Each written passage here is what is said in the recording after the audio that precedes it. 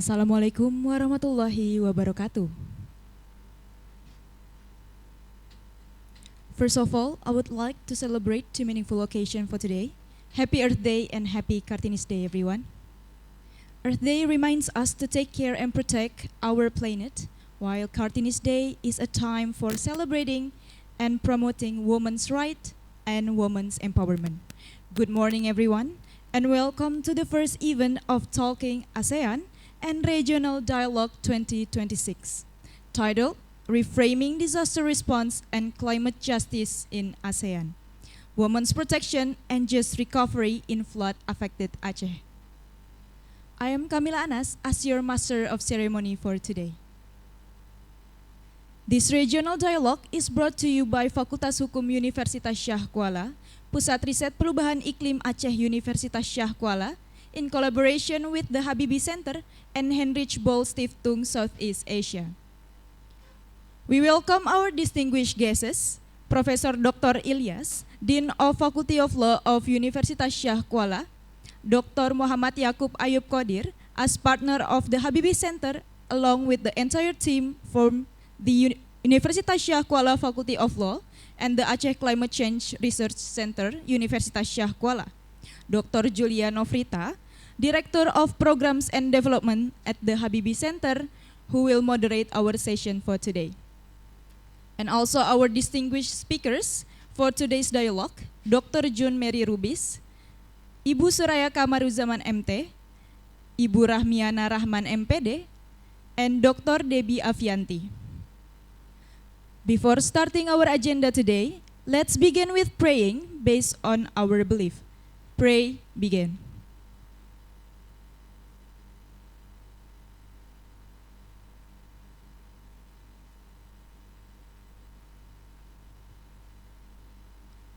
Amin. May we all be blessed. Next, let us sing the national anthem Indonesia Raya. For all the participants are asked to stand.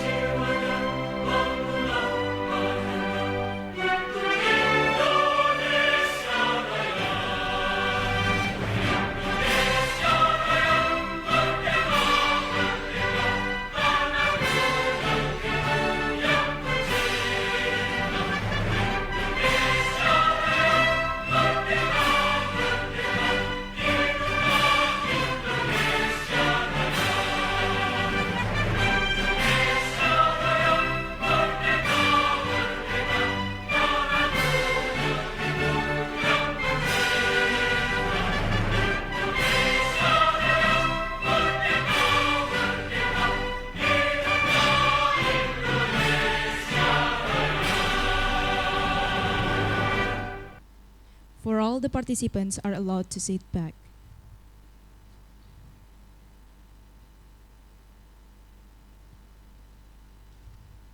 We will hear several opening remarks. Firstly, I invite Dr. Muhammad Hasan Ansori, Executive Director of the Habibie Center, to give him opening remarks through Zoom meeting. To Dr. Ansori, the screen is yours.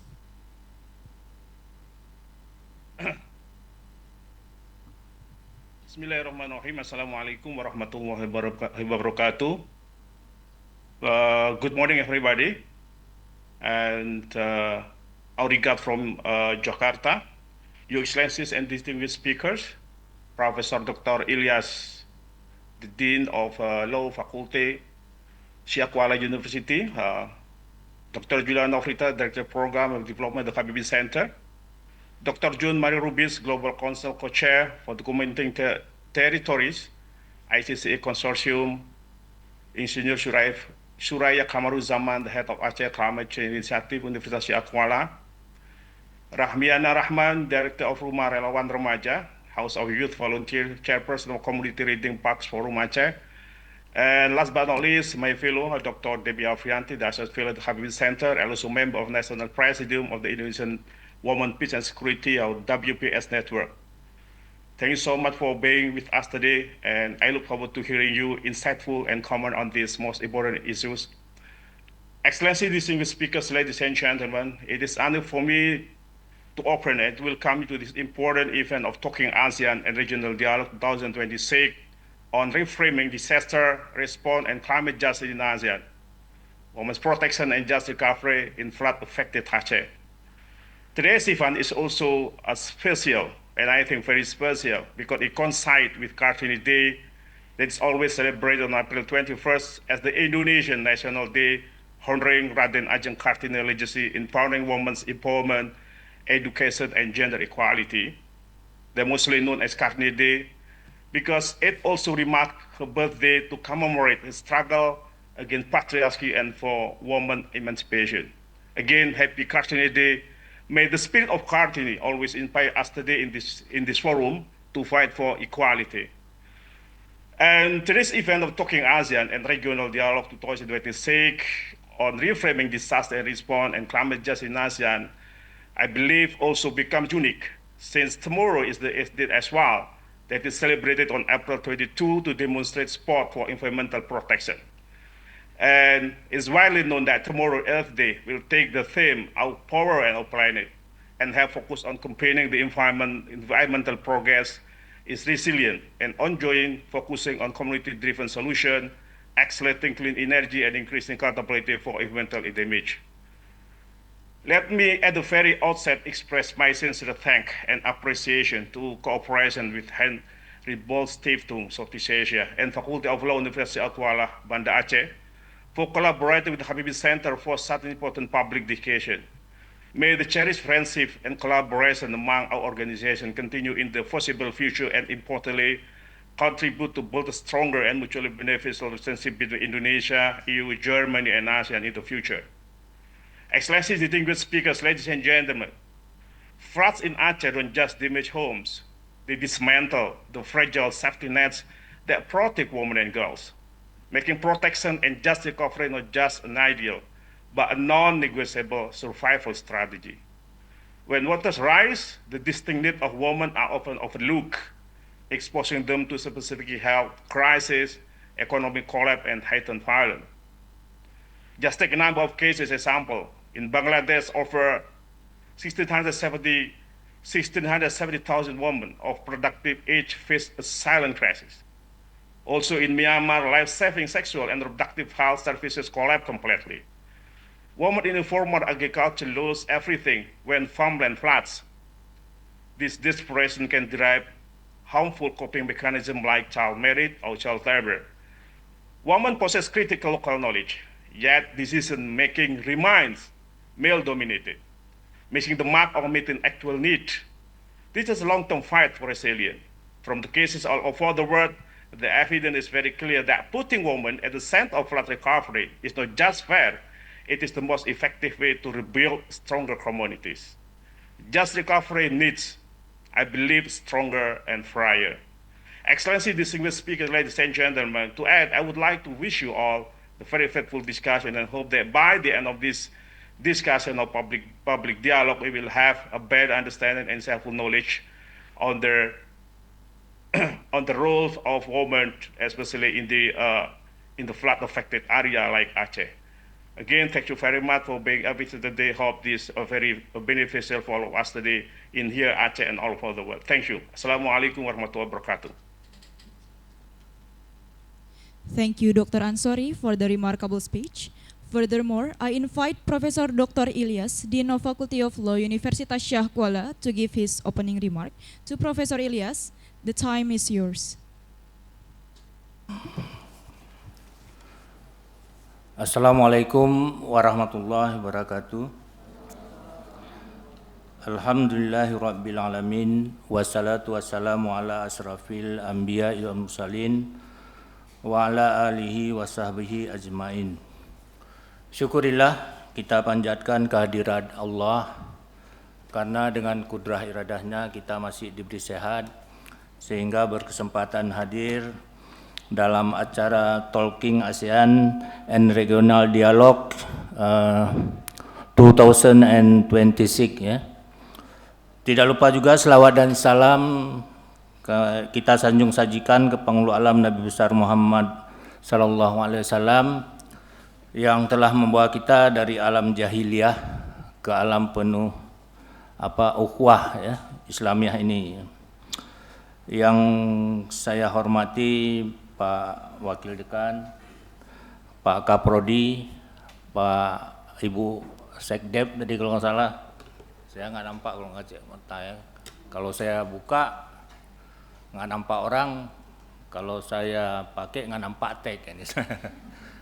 Jadi serba salah gitu ya. Dan lainnya yang tidak saya sebutkan lagi barangkali ya untuk pihak fakultas. Kemudian yang saya hormati juga ini Direktur Eksekutif The Habibie Center, Bapak Dr. Muhammad Hasan Ansori. Kemudian juga yang saya hormati Direktur Program The Habibie Center, Dr. Julia Nofrita ya. Kemudian yang saya hormati ini pada narasumber hebat ya. Lainnya ini ada Dr. Juni Mary Rubis, kemudian Ibu Suraya Kamaruzzaman, kemudian Ibu Rahmiana Rahman ya, dan Dr. Debbie Afianti.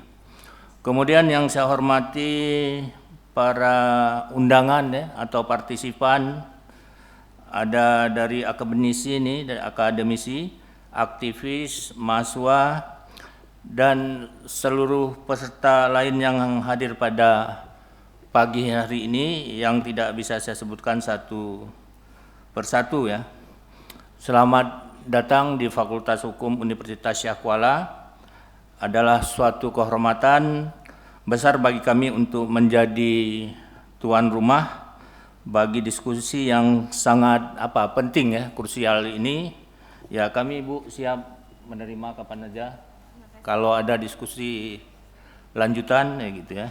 Apalagi ini menyangkut dengan peran perempuan ya. Ada konsep agama kan kita harus memuliakan perempuan ya. Ibu baru bapak. Nah, jadi sinergi ya. Hadirin sekalian, perlu kita pahami bahwa Aceh ini bukan sekedar titik koordinat di peta Indonesia. Bagi dunia, Aceh adalah laboratorium hidup tentang ketangguhan ya. Kita ini termasuk orang-orang yang hebat ya, tidak pernah dijajah ya, pernah dijajah. Jadi modal kemerdekaan kita. Kemudian ya kita mengalami beberapa ujian ya. Kalau saya ujian, ada orang mengatakan cobaan gitu ya. Karena hidup ini memang diuji untuk membuktikan tingkat keimanan kita. Jadi makin kuat iman kita, itu kita makin bisa menerima ujian. Karena yang menentukan ujian itu Allah ya.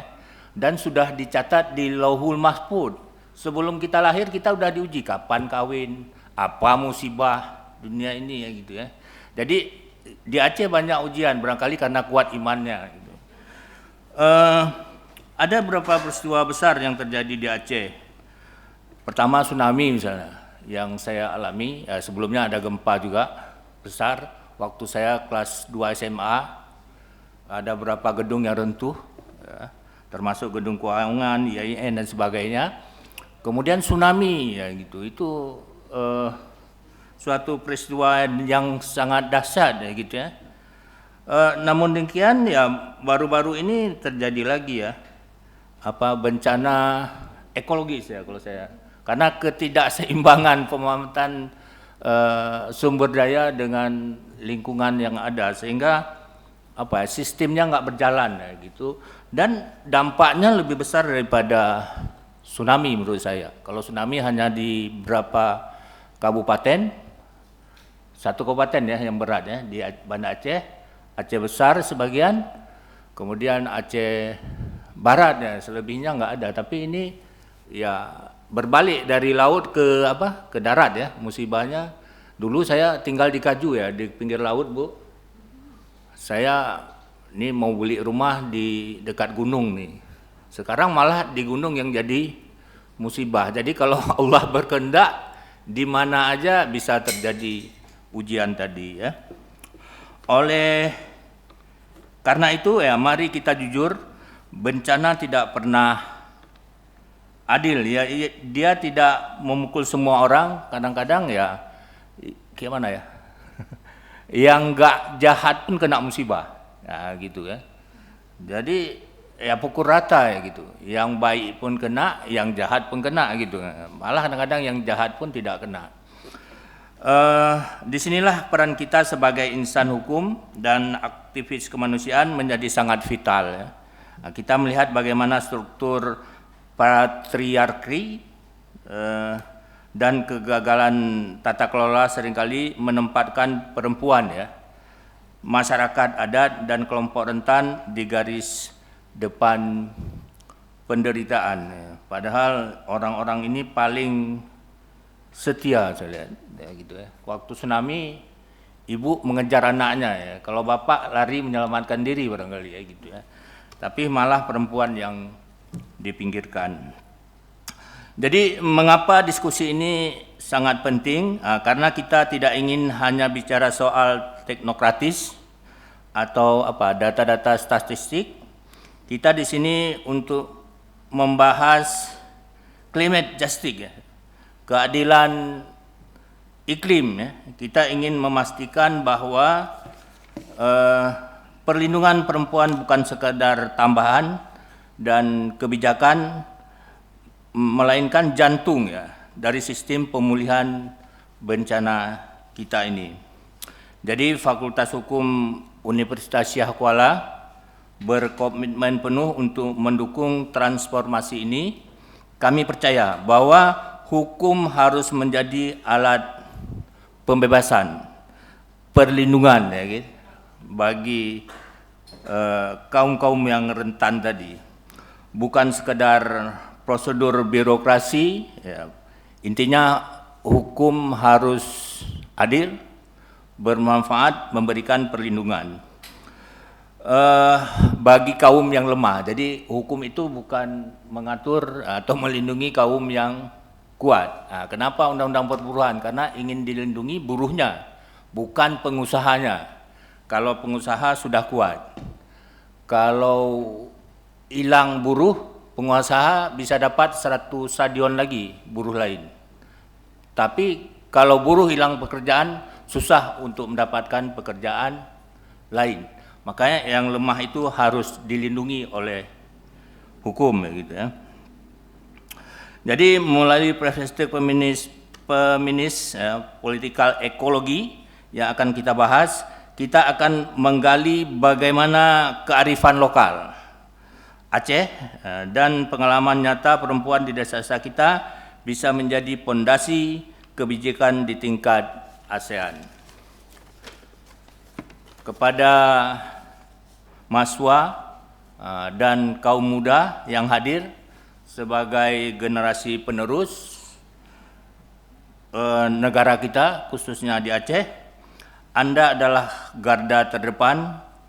Gunakan forum ini untuk menyerap ilmu dari narasumber-narasumber hebat dan berkompeten pada hari ini, berdialog secara kritis dengan para pakarnya ini, dan beranikan diri untuk memberikan rekomendasi kebijakan yang progresif ya, ASEAN membutuhkan suara-suara segar yang berani menantang ketimpangan struktural. Terima kasih kepada The Habibie Center atas kolaborasi yang imperatif ini. Semoga diskusi kita hari ini melahirkan pemikiran-pemikiran besar yang mampu membawa perubahan nyata bagi masyarakat Aceh, khususnya Indonesia pada umumnya, dan Asia Tenggara. Dengan mengucapkan Bismillahirrahmanirrahim, diskusi Talking ASEAN 2026 secara resmi saya nyatakan dibuka. Selamat berdiskusi. Selamat berdiskusi, jadilah bagian dari solusi, jadilah suara bagi keadilan. Akhirul kalam, wabillahi taufiq wal hidayah. Assalamualaikum warahmatullahi wabarakatuh.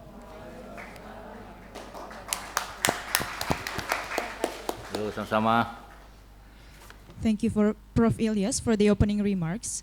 We will move to the signing ceremony memorandum of agreement and handover of placard between the Faculty of Law Universitas Syah Kuala that will be represented by Professor Ilyas and the Habibie Center, which will be represented by Ibu Julia.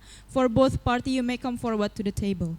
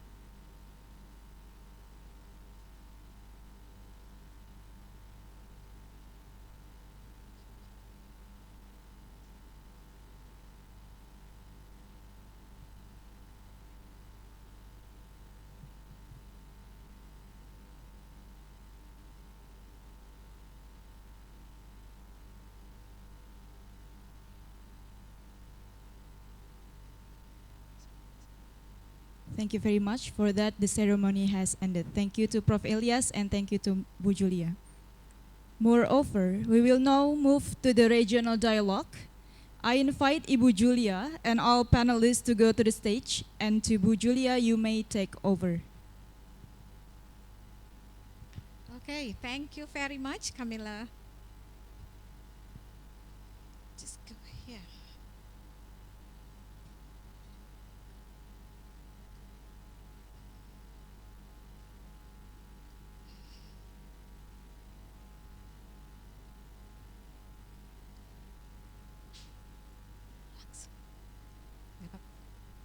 Yes, I think it's okay to have the panelists sit here before I start. Yeah, for other panelists, please take your seat here on stage. Bismillahirrahmanirrahim. Assalamualaikum warahmatullahi wabarakatuh. Good morning, everyone. So welcome to the first Talking ASEAN and Regional Dialogue 2026, Reframing Disaster Response and Climate Justice in ASEAN, Women's Protection and Just Recovery in Flood-Affected Aceh.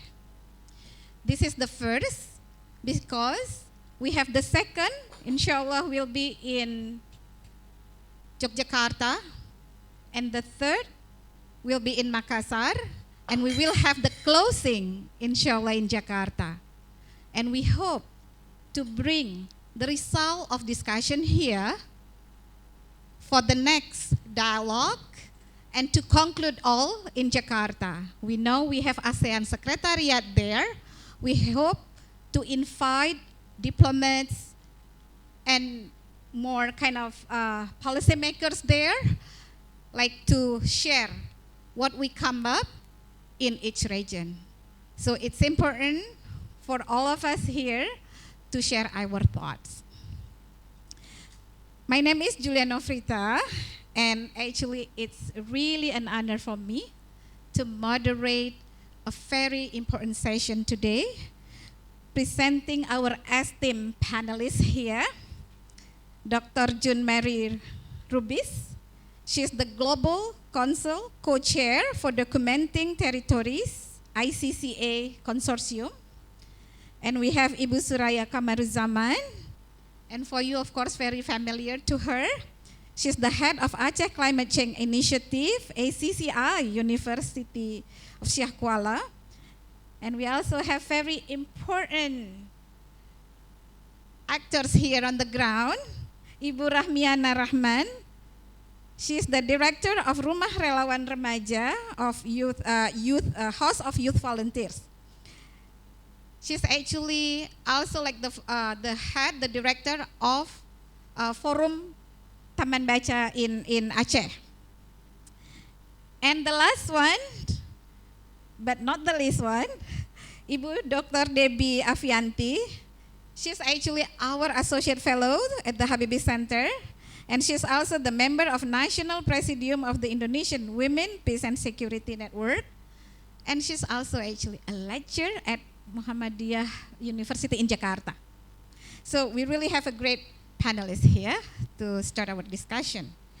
And we'll try to make this session very engaging. This is like English, yeah, dominant English, but it doesn't mean we cannot express our views in Indonesia. So feel free to mix Indonesian English in the way you express your thoughts. And to start, we actually already prepared a video, kind of to set up for the context. And please, the committee there to play the video.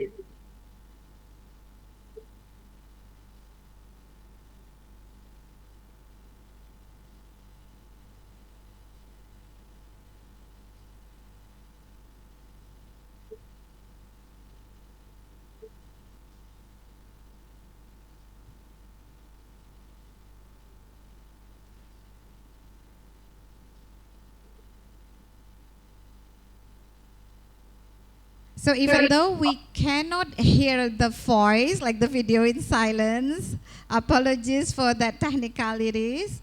But I think with the statement there, we give us some kind of understanding about what's going on in our world today.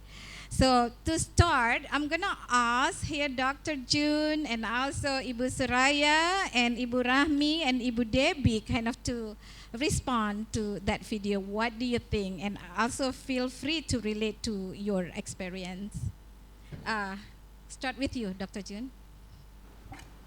Thank you, Ibu Julia. Selamat pagi semua.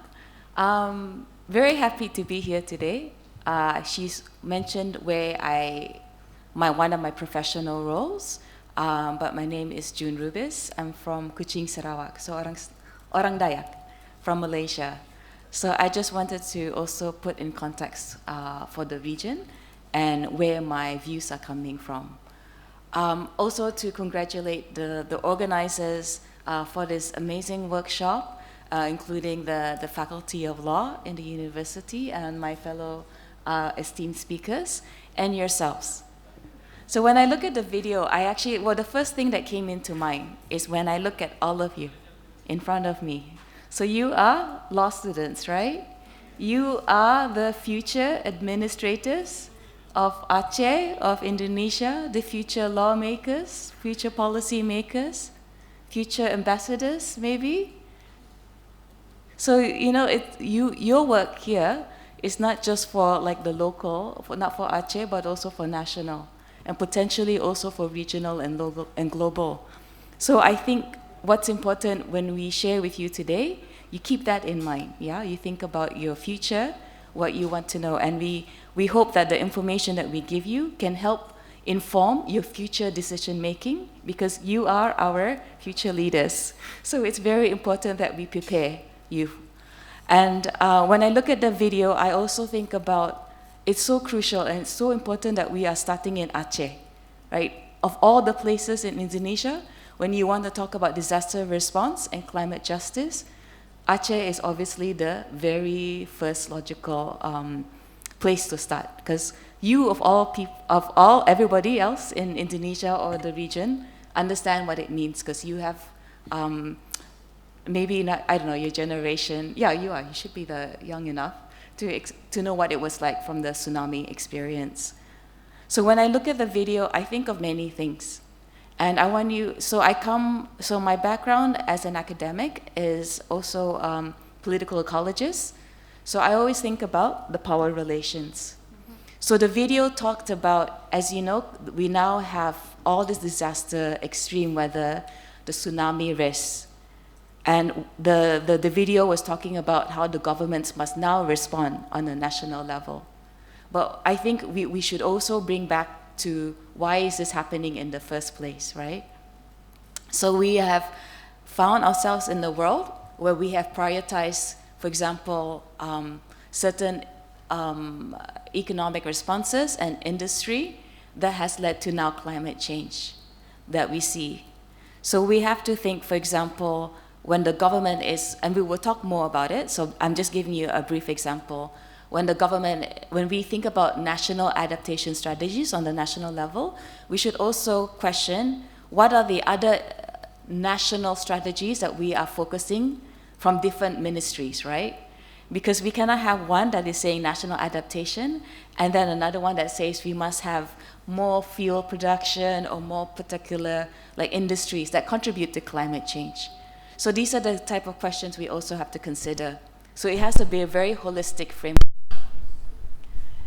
Yeah, and another thing is also when we have to think about, and it was the Dean that also talked about it briefly in his opening remarks, who are the most vulnerable to the disaster response. And it's often the communities that live close to the coast or in more vulnerable areas. So how do we design policy responses so that communities are protected? Yeah, so we don't just also think from a national level, we also have to always think from a local and regional level. So this is where your work really comes into play, because you always have to think about your local experiences. But I think my fellow speakers can elaborate more from your regional or your national context. Thank you.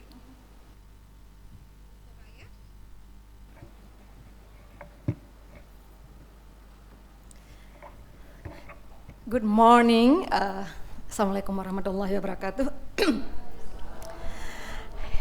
Happy Kartini Days. It is a great pleasure to be here with all of you to celebrate Kartini Day in such meaningful event. Thank you for involving the Climate Change Research Center for today. So, after watching the video, I think there is one key reflection we need to take away. What we are seeing in the video, this is not just an isolated event, but part of broader reality of the climate crisis that is becoming increasingly visible and closer to people's life.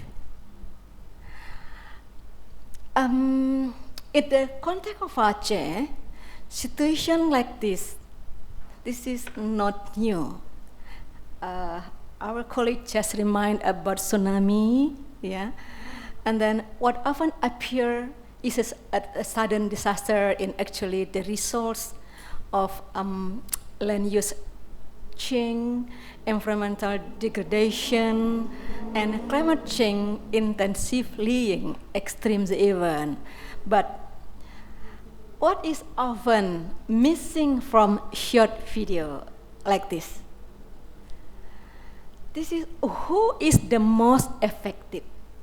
Based on our research in Aceh, women are often disproportionately impacted because they are responsible for household and resource management, and they are usually the first response in the family, but ironically, they are often invisible in dominant narrative. Another important point in how content like this, especially for short videos such as YouTube, play a powerful role in shaping public perception. Research shows that short form video spread information very quickly and really heavily on emotional and visual impact. But however, the challenge is they often lack deeper structure context. So the question is not only why is happening, but most importantly, why is happening, not what is happening, but why is happening, and who the most effective. So if we want to talk about climate justice, we can't treat what we see in this video as a one-time event. We need to understand this is a symptom of deeper structure inequality. And most importantly, we must ensure that local voice, like our sisters say, especially women, part of the solution. Thank you. How about you, Ibu Rahmi? How do you respond to the video? Yeah, before responding, I would like to say thank you so much. It's been an honor for me to see it, and we'll share lots of things, the things that I and some volunteers witnessed during our journey to some affected areas. So thank you so much for being present in this conversation. It's so meaningful. I'm Ami. It's my nickname. First thing when I came into this room, I saw the big title of our topic today, and I saw amazing face here, amazing young people, mostly women, right? Yeah, and yeah, that's the powers. That's a powerful things that our country will have, Aceh will have. However, we also have the data. You can see from the video that the data is clear. Climate crisis increasing year by year, and it's worse right now. And we can see reality. Maybe some of you have been affected during the disaster last year, I mean. And I saw from the video, this is not a distant threat, it's a global climate emergency. Don't you feel right now, it's when we go outside, we are feeling hot, more hot than maybe a year ago? It's because of climate crisis. It's because of one of the cause is system. One of the causes is also the people itself, the government, and many stakeholders then take roles on this.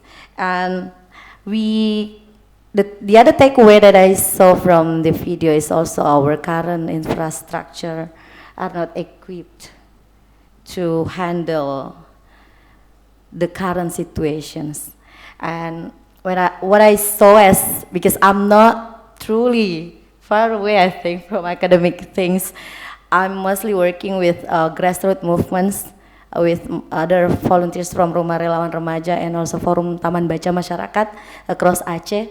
We had several taman baca or community reading centers across Aceh. And we went to many rural areas in Aceh. We saw many worse things happen on the local context. Like Bu Suraya said that women affected most. They are even in the same time, they did a lot of things. Maybe these things I will share more about this. And yeah, the things that I would like, another takeaway that I go from the video is we need to move from cultural of reaction to a culture of prevention. Okay, over to Bu Debbie? Oh, Bu Julia, okay.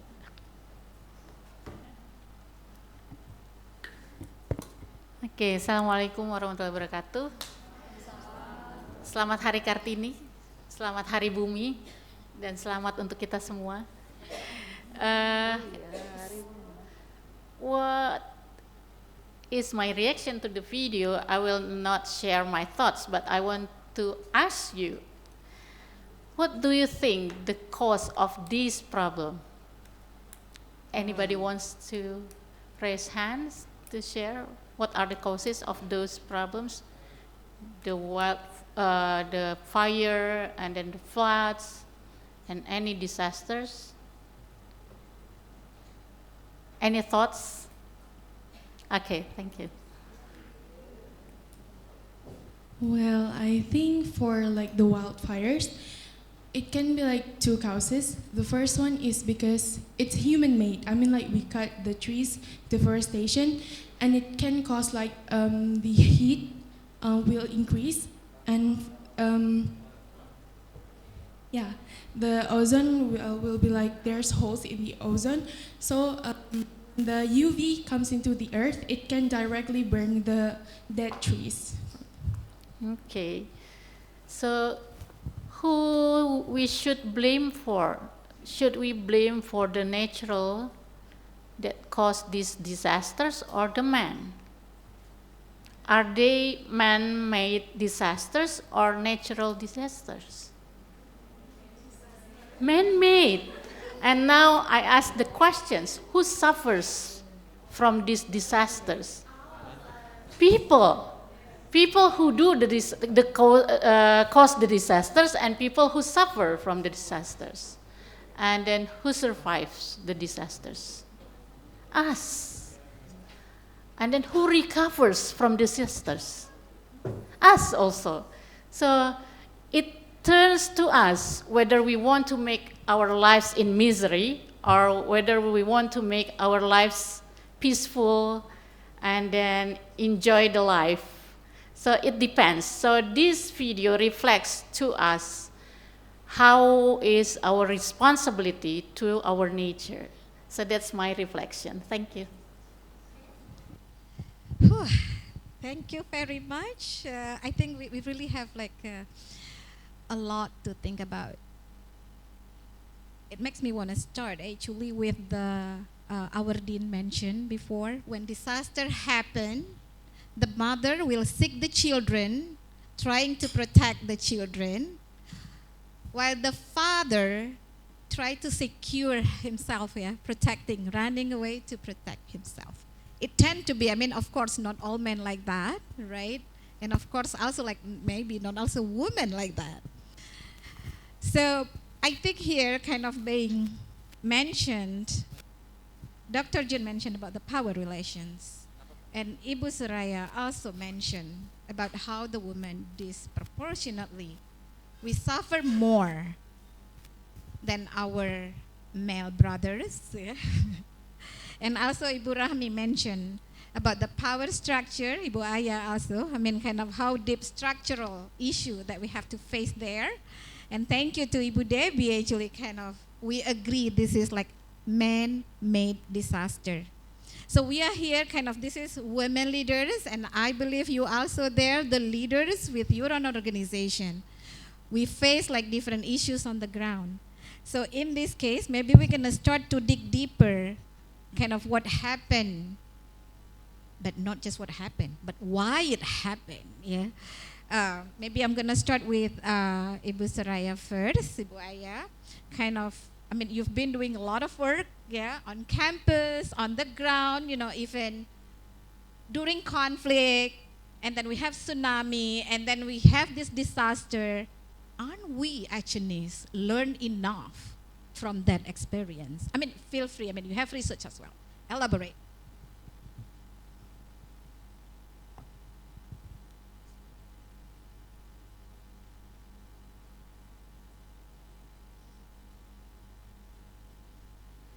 Why this happened? It's too difficult to answer why this happened. Why we never learn? This is too difficult to answer why we never learn. It's really philosophy one, all right? I thought when we have tsunami, and first of course conflict 30 years, this is very serious issue and it's very huge impact. So not just Chinese people learn about our laws, but internationally. But this is something like nothing changed. After tsunami, policy was changed. A lot of things. Yeah? But then some time I saw like the way of our reactive doesn't change. I think if there is today tsunami come again in Aceh, the situation even become worse. Rather, at that time, this is people not really understand yet about early warning system. People doesn't understand yet about some indicator will be very serious event will come, something like that. And then this is very important question: how do climate change, disaster, reshape gender relation, livelihood, and then care responsibility in post-conflict situation? Let's see Aceh experience. Climate disaster do not enter a social neutral shape, a space, yeah? They come into communities that already carry on long history about conflict, unequal access to resource, and pre-existing gender and inequality. So when floods come, when disaster, and then disaster coming, this is change not only home, our livelihood, but also the relationship between family and communities.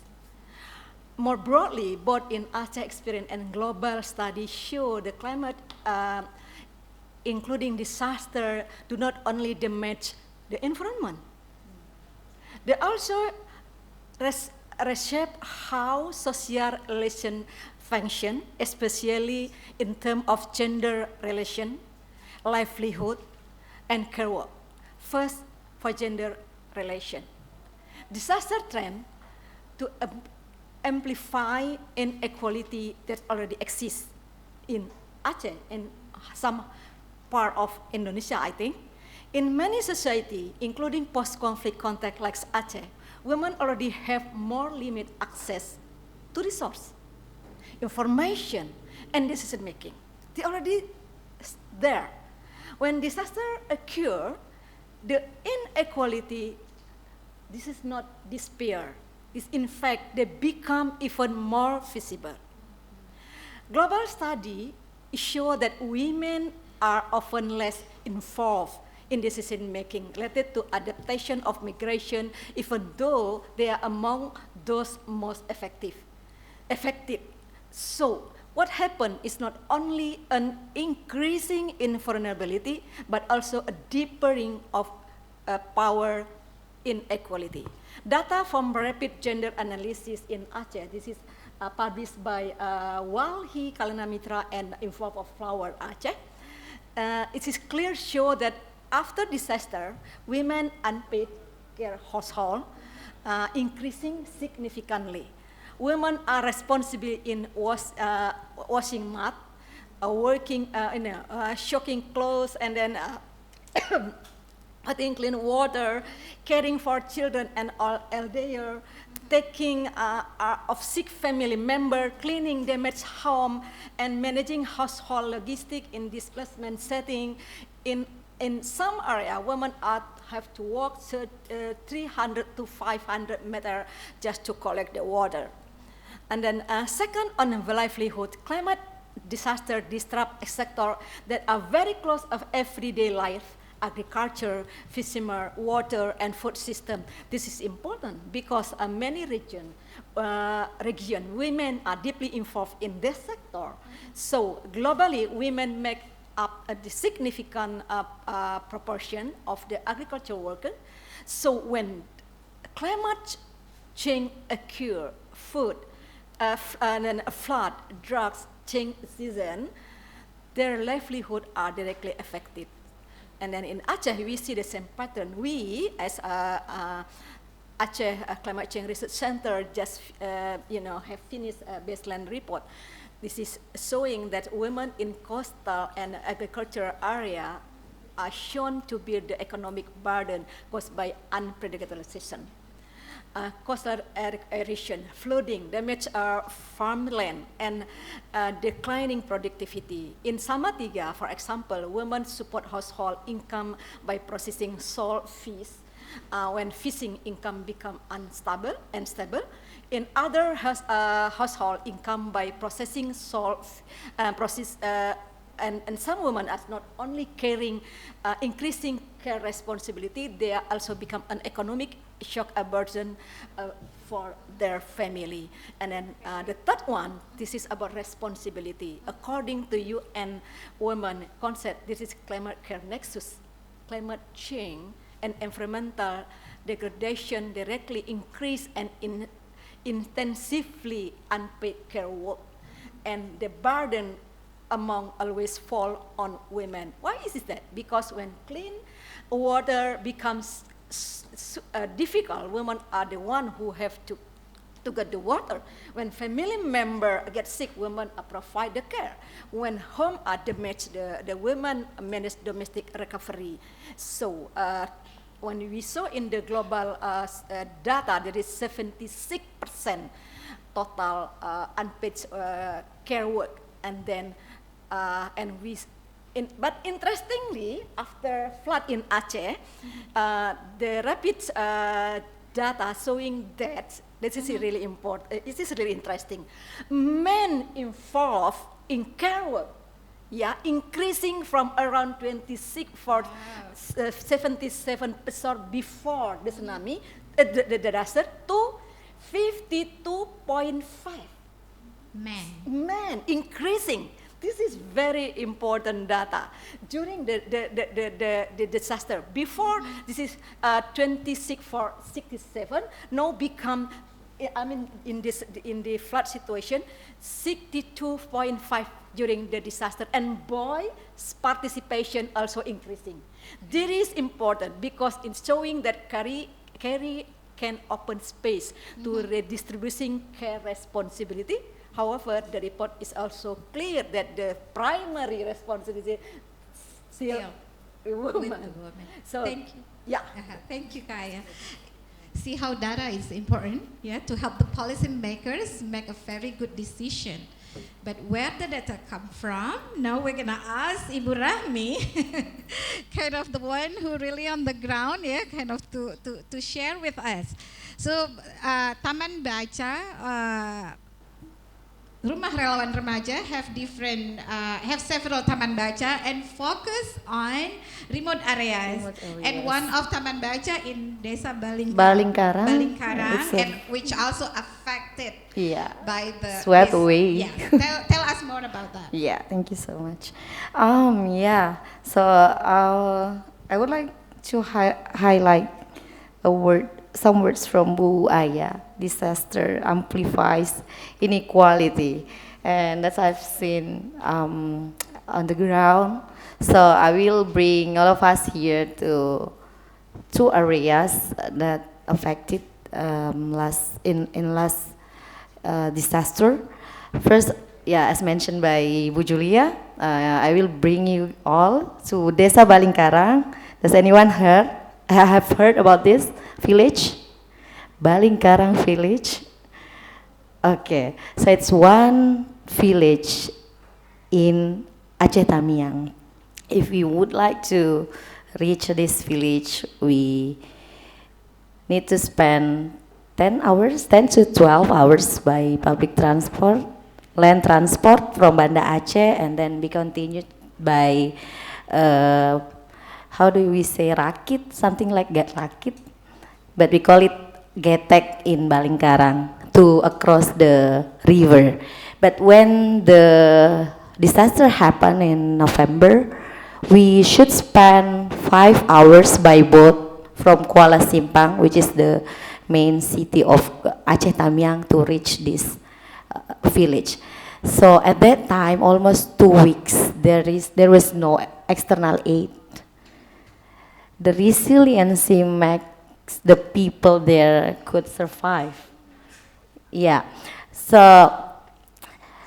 we have one taman baca there, or one reading center. We call it Pustaka Kampung Impian, as we started the program since 2013, and we already had 1,200 books there, and a small library with many kinds of activities. It's also community hub. Villagers can sit there, play with their kids there after they coming back from their kebun, from their farm, for instance. And then in November, this library then got affected, along with all people's house there. So what happened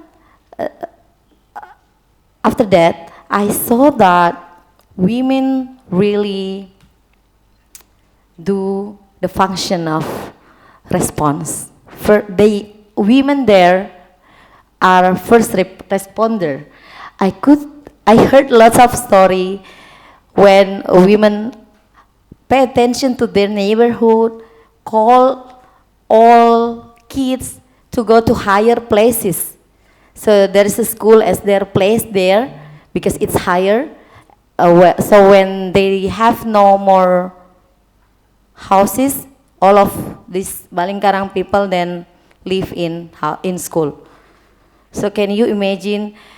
It's hard for women at that time. They should manage their shelter, their place to be arranged together with all the people.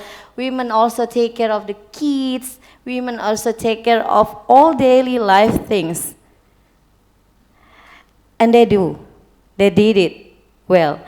And the things that I saw here, Bu Julia and others and all of distinguished speakers, that how resilience of these Balingkarang people, also some of people that got affected when there is no external aid come, is that so powerful. They do their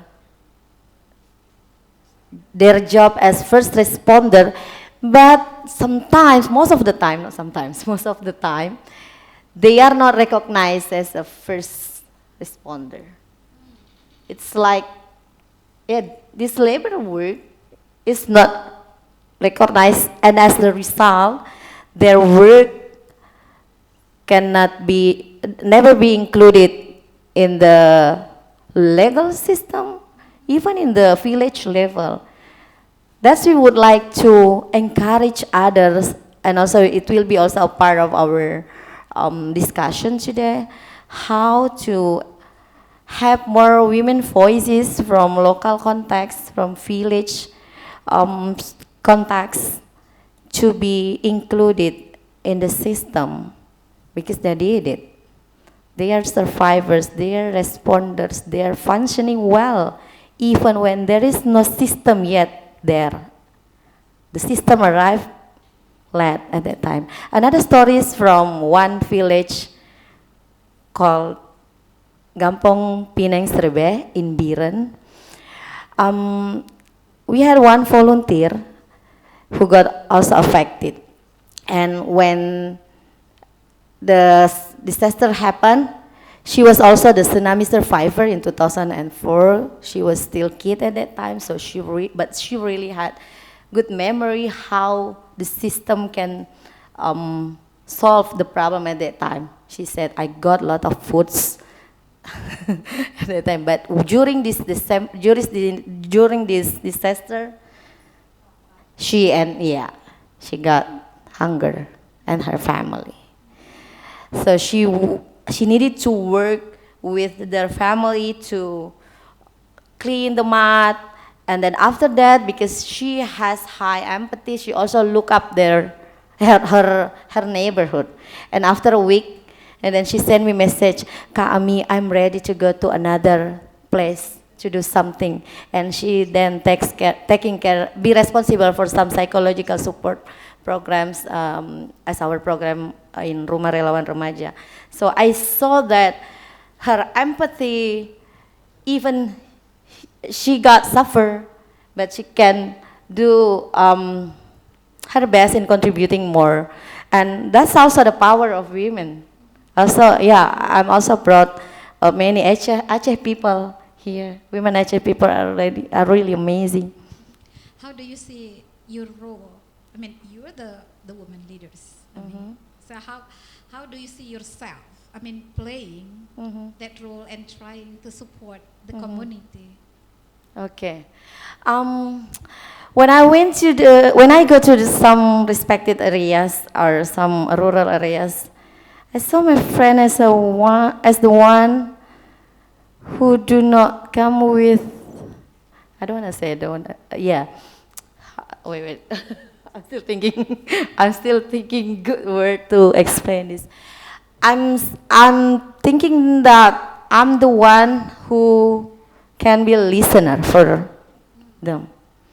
So even I broke a few aids that I got also from many good people, and then we broke to the villages then. But this is just a small aid, but the most important thing that I can be there for listening to their stories, for playing with their kids, because most of the time we broke books and some teaching materials, so we played with their kids.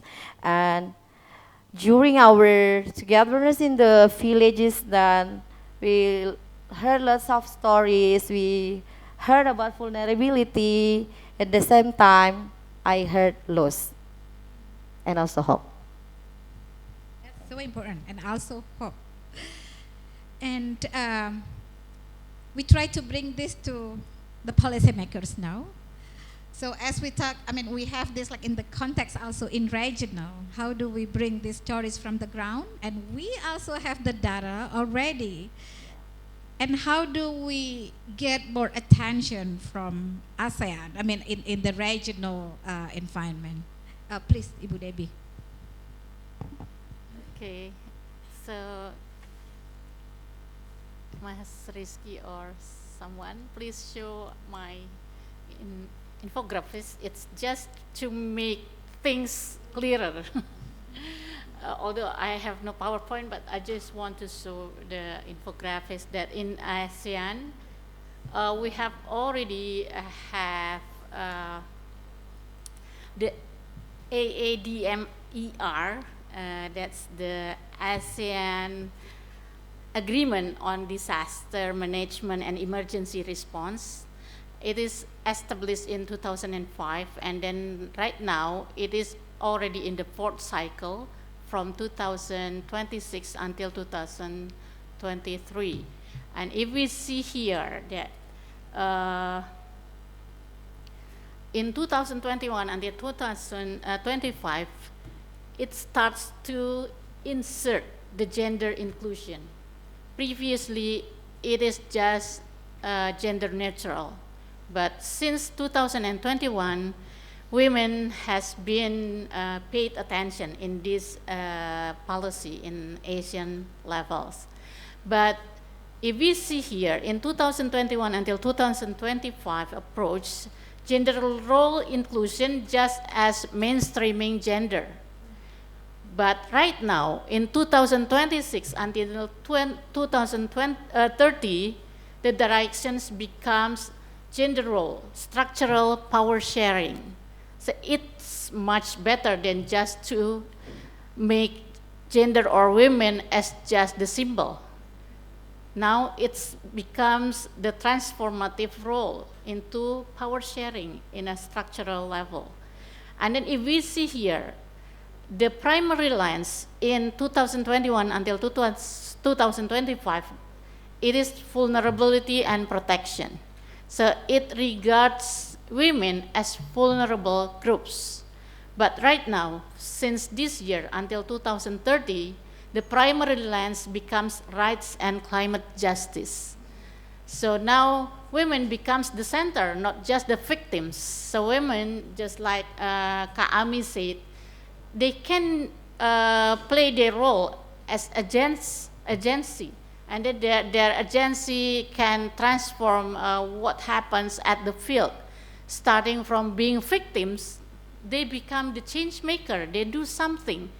They just don't wait for the aid, the humanitarian aid from the government. Sorry, government, you don't count here, because we the people who act.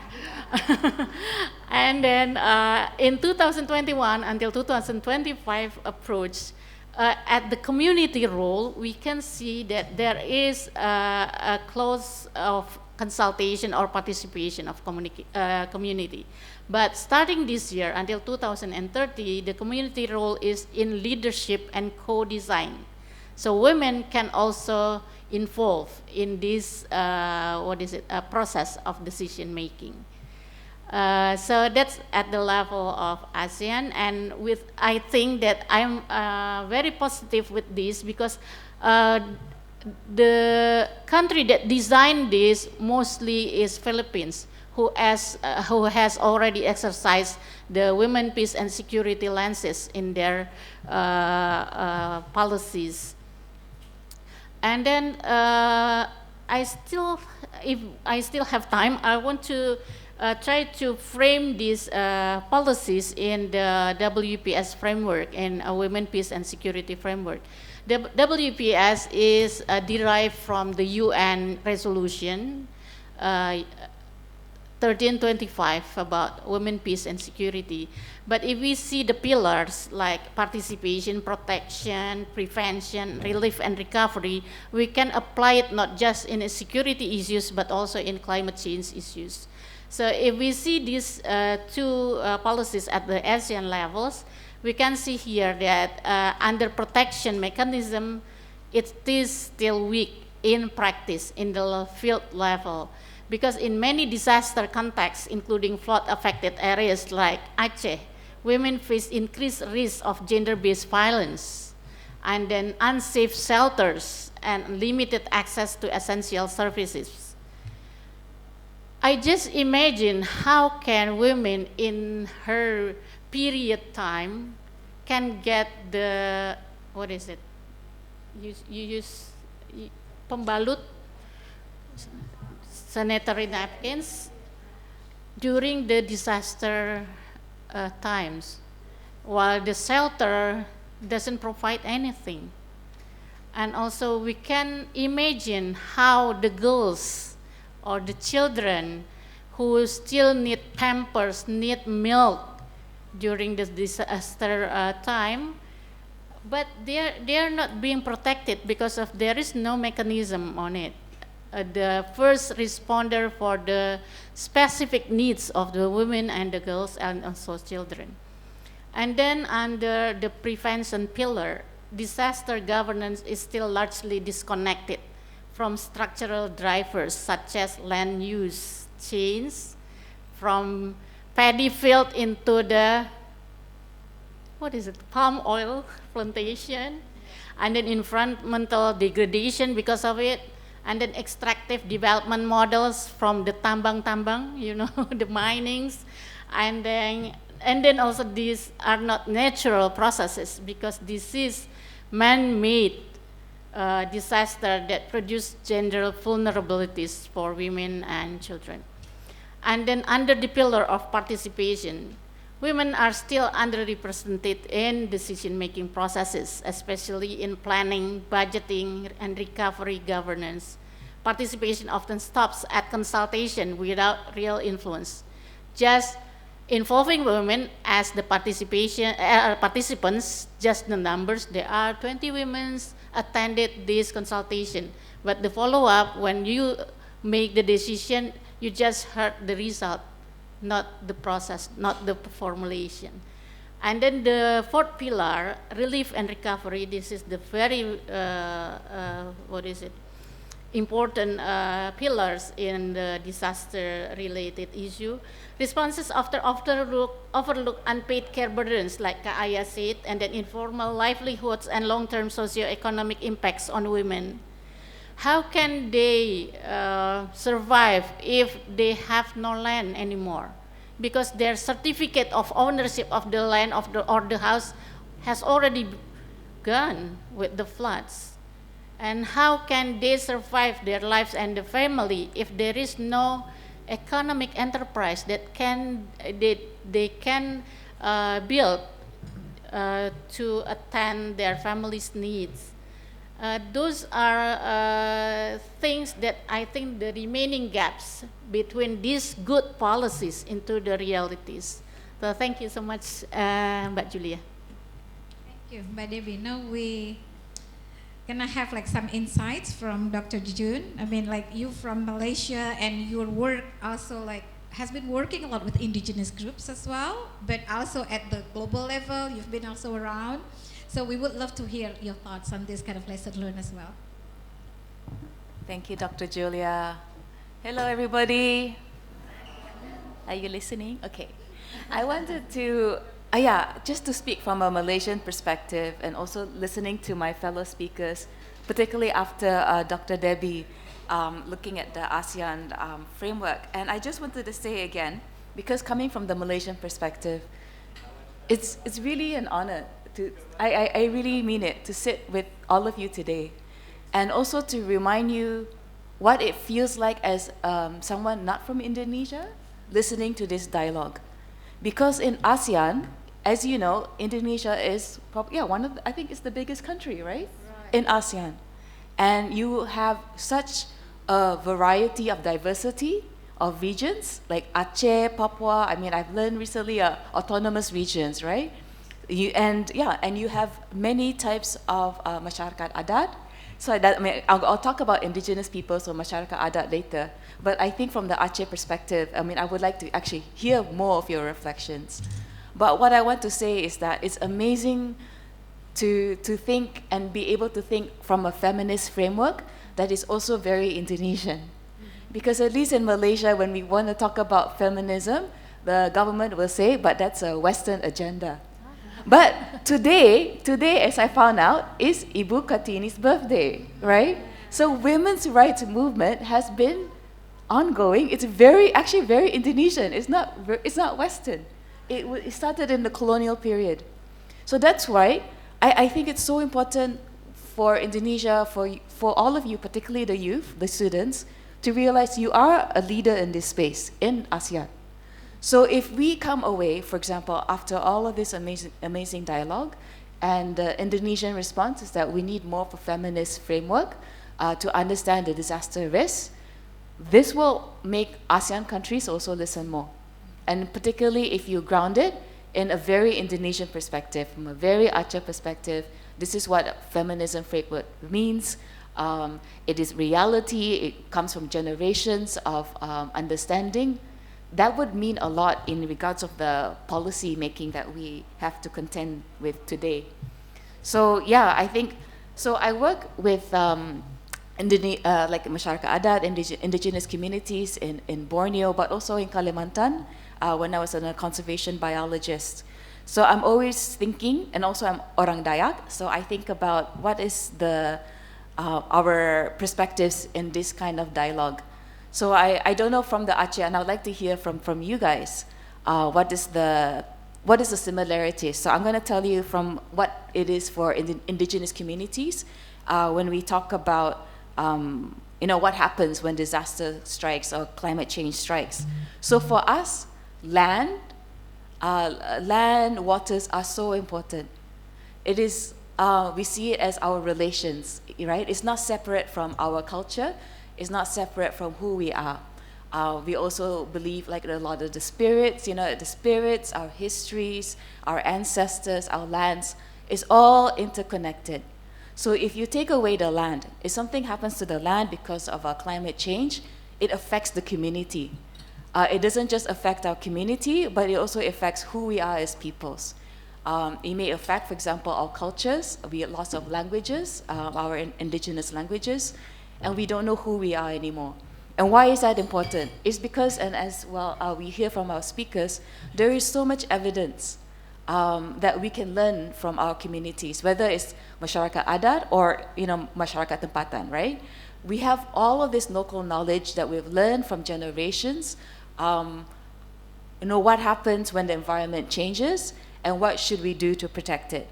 And then we have, and I love, because I love hearing the critical remarks about the government, because the government has also done a lot of good things. But in terms of what we call nation building, right?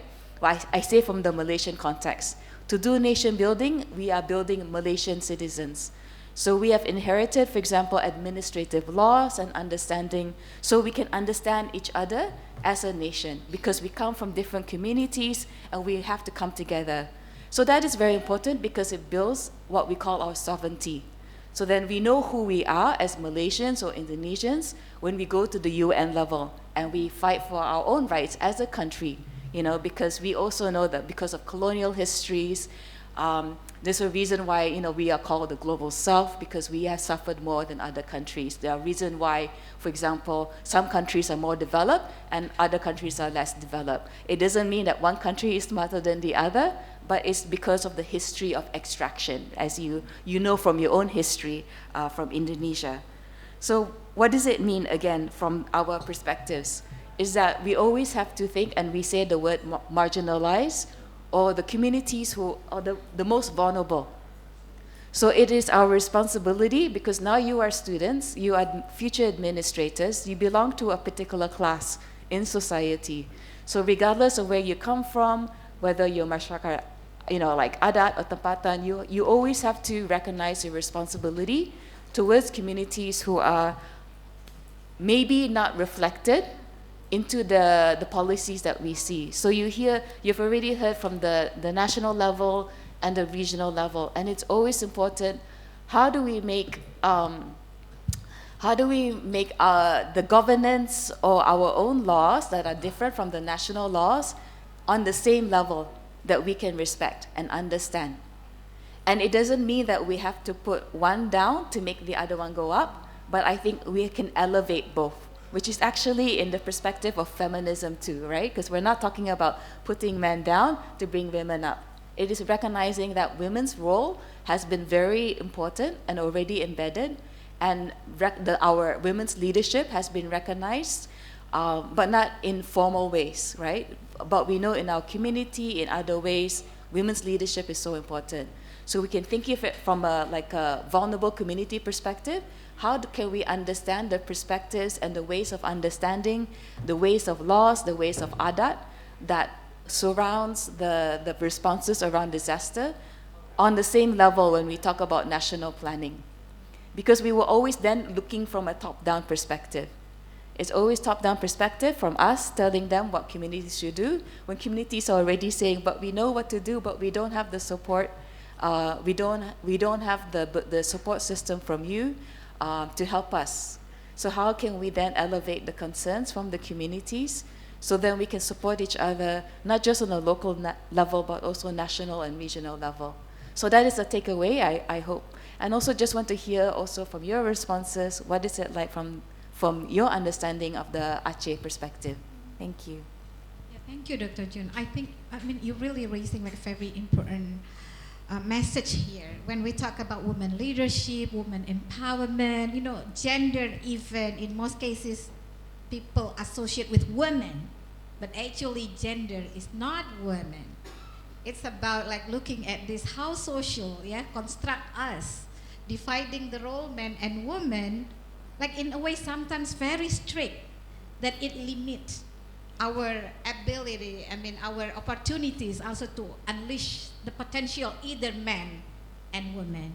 So I wonder, you raise really important issues here, either maybe Ibu Soraya, Ibu Rahmi, or Mbak Debbie, you want to add something on this, and maybe kind of highlight more on the justice part here, and gender and justice. And yeah, of course, we relate it, with this climate related disaster. Because Mbak Debbie just showed a very important position of ASEAN, I want to show some gap actually. What going on? In the UN, in your ASEAN, you see it's very positive situation today. And the role and everything. But then during the flood, our colleague already mentioned the situation. Then I want to show this is what kind of gap still there. Something like from Aceh, because I went to Pd Jaya, Biren, and somewhere there a few times.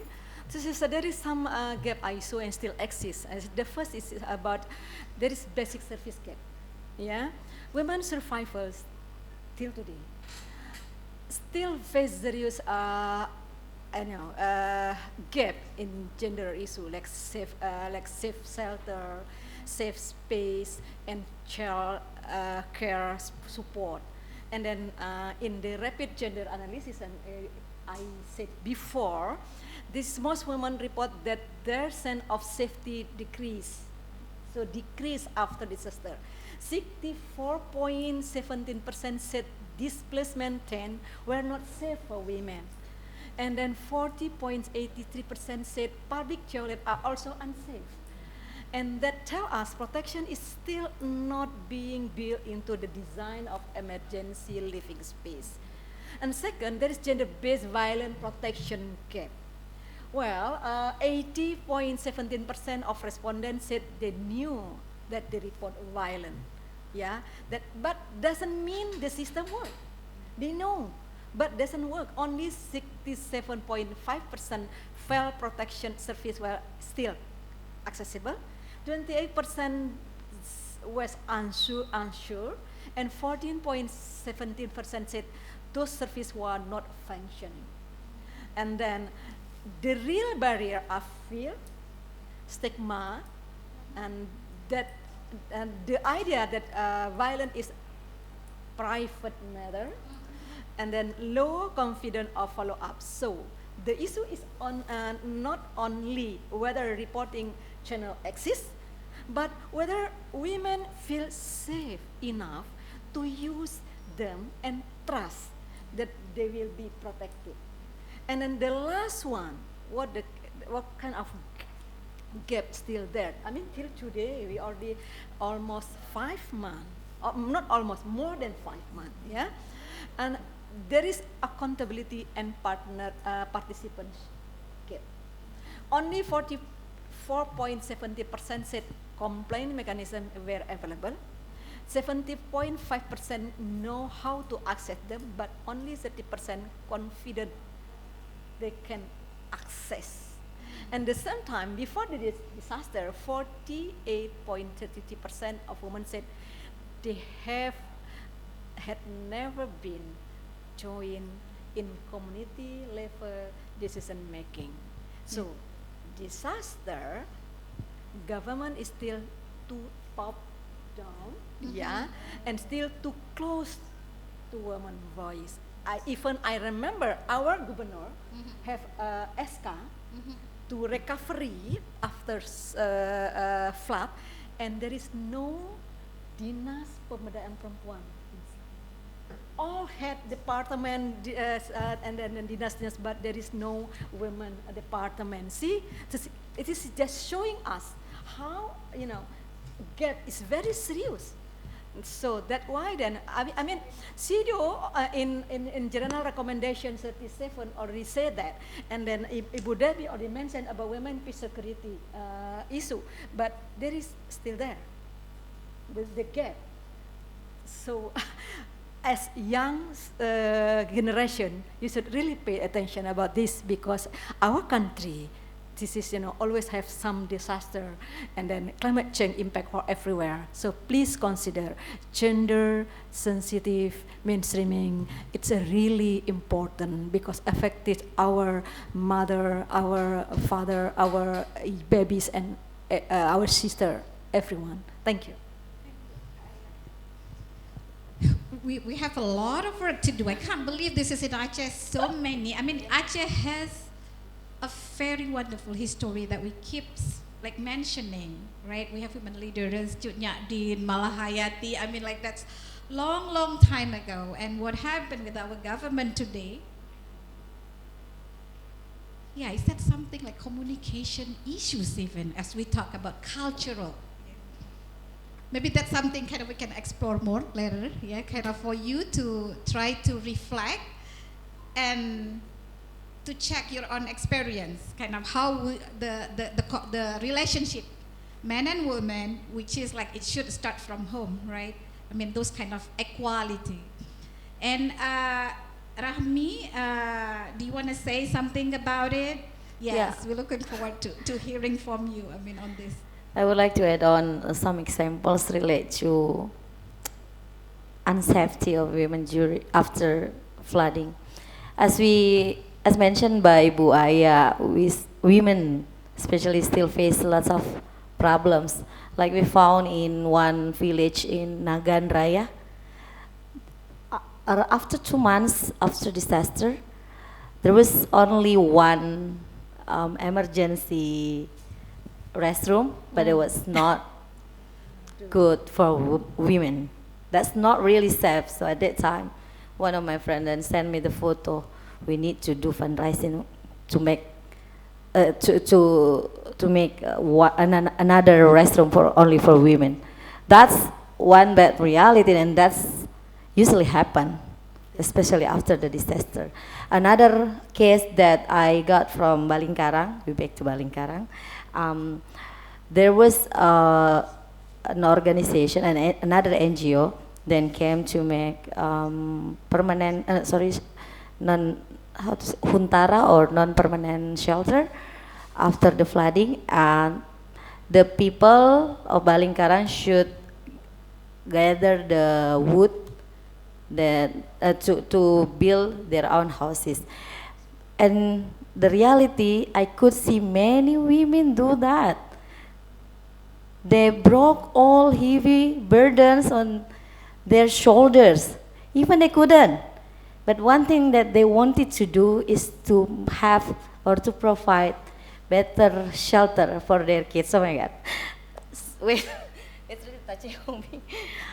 Yeah, so I saw them they broke the heavy burdens on their shoulders. One of women then got hurt. It took around a month to get recovery, but the important thing that I noted that they do their best for providing homes for their family, for the entire family members. And this is the gap, because I would like to add on gap. It's about, again, about recognition gap. There is a recognition gap, knowledge gap that we saw in reality, that I witnessed, where the decision making remains top down and then centralized. Even we know women are strong. We are strong, right? All amazing men think that women are strong. Do you agree with that? Amazing men here, we have few. Yeah, women are strong. But why our strength cannot be legalized? Cannot be powerful thing to be included in the system? So yeah, I saw that this knowledge gap and then this recognition gap, because structural things or political problems that I saw. Thank you. How about you, Julia? Thank you, Rahmi. You mentioned, I mean, this recognition. That's really, really important. We even like now try to look at like recognition justice. Yeah? How do we bring it? Like when we see, I mean, when the project, which is, oh, this group that we're going to support, but we never really look at who are actually in that group, like their culture, like identity beyond just their names or the household. So kind of this recognition is very important, especially in women, what they strength, which also kind of the contribution that they can bring to the field for decision making. Ibu Debbie, you want to add one thing before we kind of move to the next section?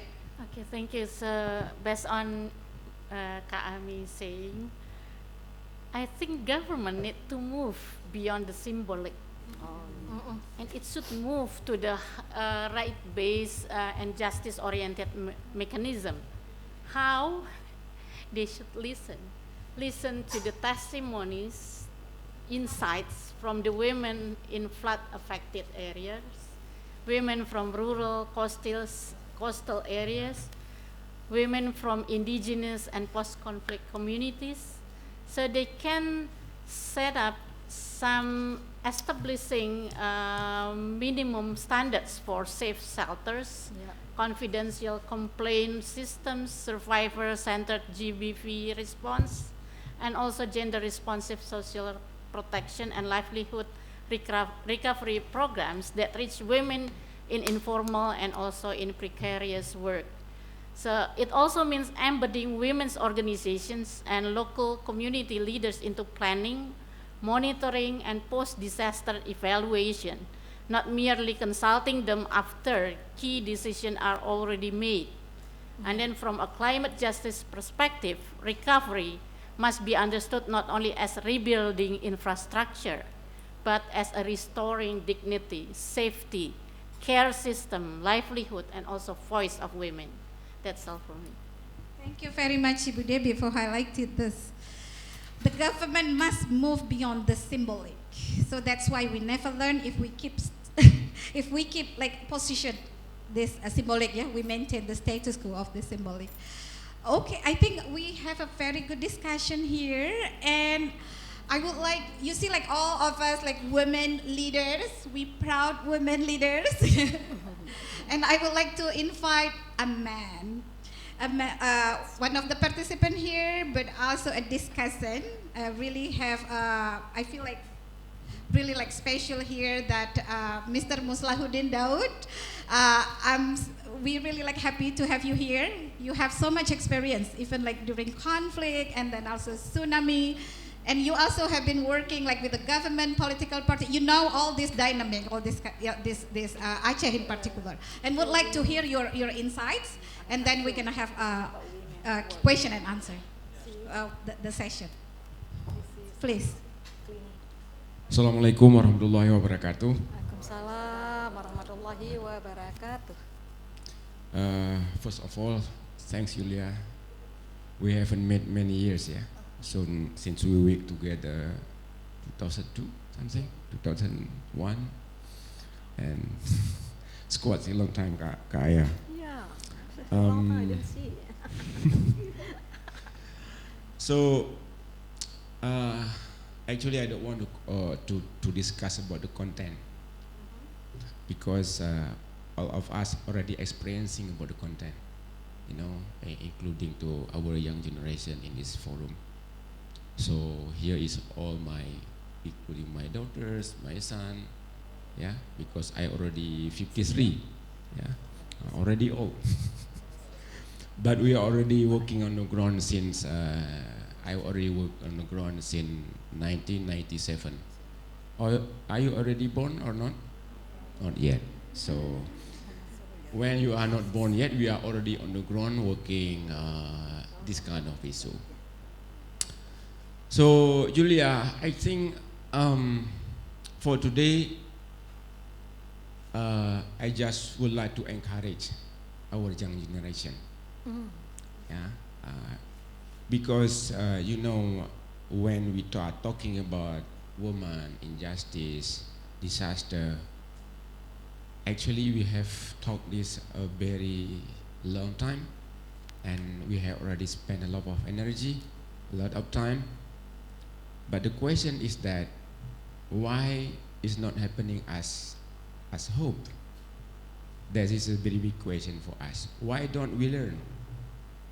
Why don't we learn from tsunami? Why don't we learn from disaster?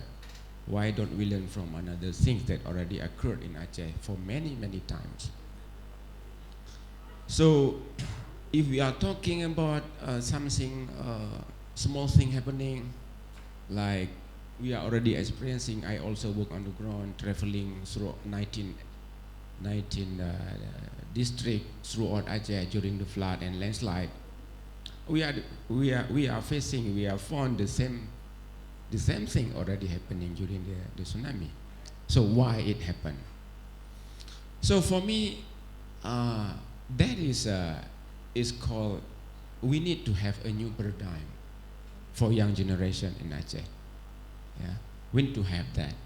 That's why today I would like to encourage my son, my daughter, to be the generation of consciousness. So I would like to call today is generation of consciousness. Generasi yang penuh dengan kesadaran. Kesadaran apa? What is consciousness required during this context? Yeah.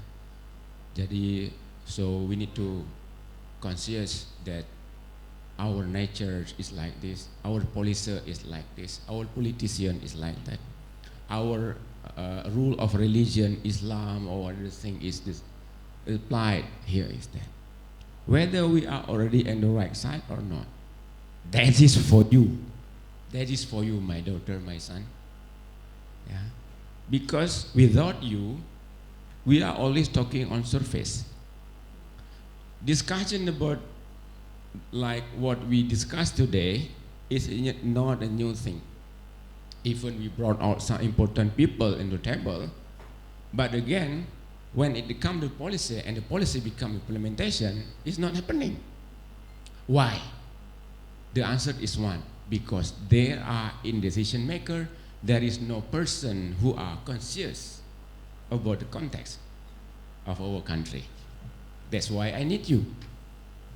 I need you, particularly in law faculty and faculty of physics, probably the man who, the person who are actually responsible for creating the policy making in the future. I'm not talking that I'm former politician that I encourage you to become the politician, but indeed this country is ruled by politician. Indeed. But what I need is that politician with a strong consciousness on how to make things happen, not only in policy making and on paper, but also something that implemented on the ground. You are responsible to create a new civilization in Aceh. Do you agree with me? What I mean is that the new era of Aceh civilization with strong consciousness of young generation. Begitu Bu Julia. This is what I need. So Bu Soraya and others, I already prepared actually the script of, because Julia the morning text me, can you be as a responder? For the sake of you as my friend, I will do it. So I already write down and already sent to her. But I don't want to read it again because it's a really comprehensive thing that already criticize the thing, the output of this forum. You already see there. But the other thing is, actually I would like to more focus on my son and my daughter. So to make me valuable here, to say forward for you, yeah. Knowing disaster, knowing vulnerability, knowing all those things related to disaster area, first thing is you need to learn to know. Learning to know first. That is very important. After you are learning to know, you need learning to do. What should I do after knowing about this? Then, learning to be. You are becoming the executors, the makers, the person who make real things on the ground. And the last thing is learning to live together. Your knowledge, your identity, your capability is living together with you. This is how to create civilization in Aceh in the future. That is my message to you for today. And if you know or respond about discussion today, I already sent to Julia, and you can share it later on. That is how deeply I criticize this, and how is actually the output that we can moving forward together. But without you, is again reminder paper. I already write on many articles on ASEAN actually on this. I already write a lot of ecology, landscape, and something. If you like, I would like to send you. I already ran. And even what already discussed with Prime Minister Anwar Ibrahim in Malaysia together with Muzakir Manaf is also my paper. So I mean, writing, knowing is okay. But without you, the next generation, if you are keep quiet and you don't have curiosity, courage, capability, and also very important, constancy. So, saya berikan 4 kali ini ya, 4 tentang pengetahuan, 4 tentang kunci sukses. Ya, learning to know, learning to do, learning to be, learning to live together. And the second one is, you have courage, you have curiosity, ya, you have capability, and you have constancy. Ya. So, kalau kami dengan Kak Ayah, dulu yang diuji adalah bagaimana Anda betul-betul passion in your area for long time. Karena tanpa ada itu, semuanya akan runtuh. Oleh karenanya, mungkin maybe you guys should learn from us how we are actually equip ourselves with knowledge. Dulu kami kalau tidak bisa berdiskusi, kami curi buku, lompat jendela untuk bisa berdiskusi dengan Bang Otto. Kalau tidak, kami malu. Kalau kami tidak mampu berdiskusi dengan benar. Those kind of curiosity you have to equip yourself from now on, because it's the way how to create new generation of Aceh. Not just sitting in a coffee shop without doing nothing. Okay for you guys to sit in a coffee shop having a channel. That's normal. That is the way how to adapt the culture currently. But remember, you need to have courage. Yeah, you need to have curiosity. You need to have constancy. What should I contribute to the Aceh in the future? Yeah, I think that is some word from me. Thank you very much. Assalamualaikum warahmatullahi wabarakatuh. Thank you very much, Bang Mus.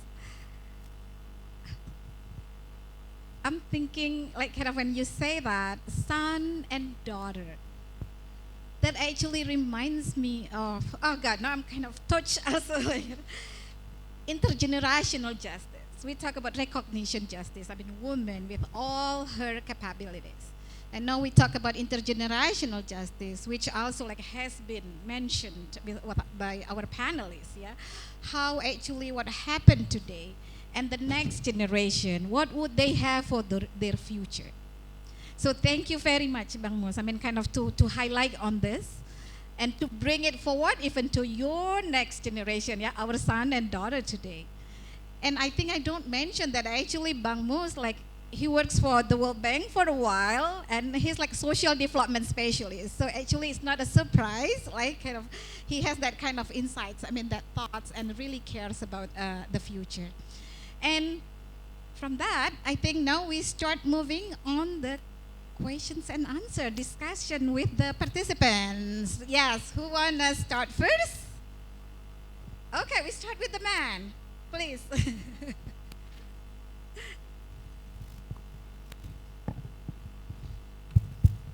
All right, Assalamualaikum warahmatullahi wabarakatuh. First of all, let me introduce myself. My name is Mohammad Izuddin Tuha.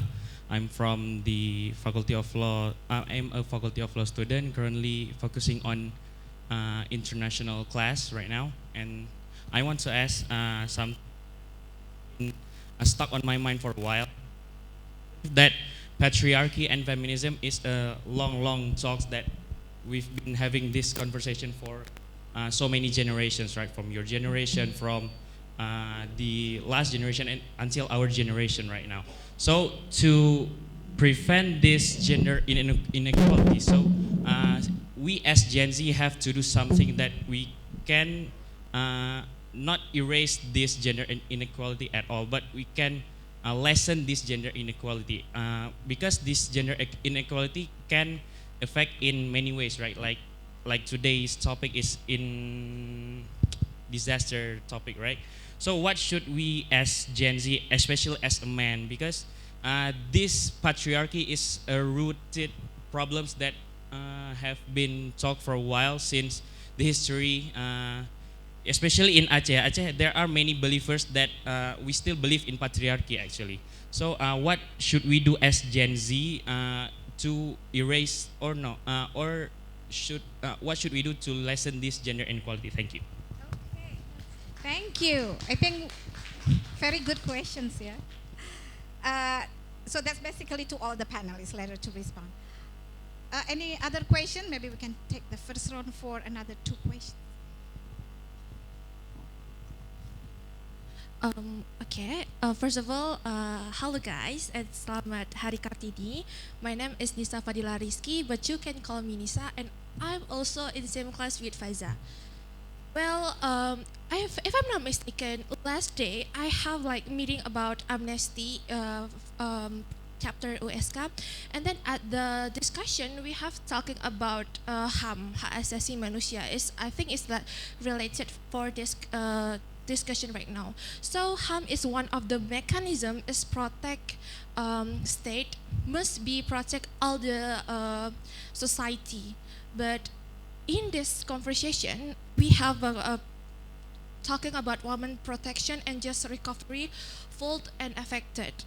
Then realize when like this could be get structural human right about this problem, like at the end of the day, because of the many people get kerugian, and then all of this, it could be get harmful at the end of the day. So my question, I know this is quite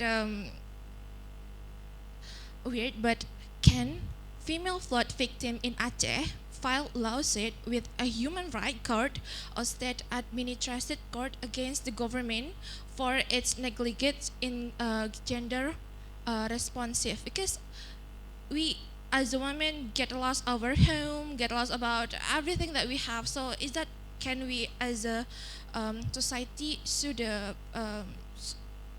government? That's my question. Thank you. Thank you, Nisa, right? Your name Nisa? Okay. Thank you, Nisa. Another question?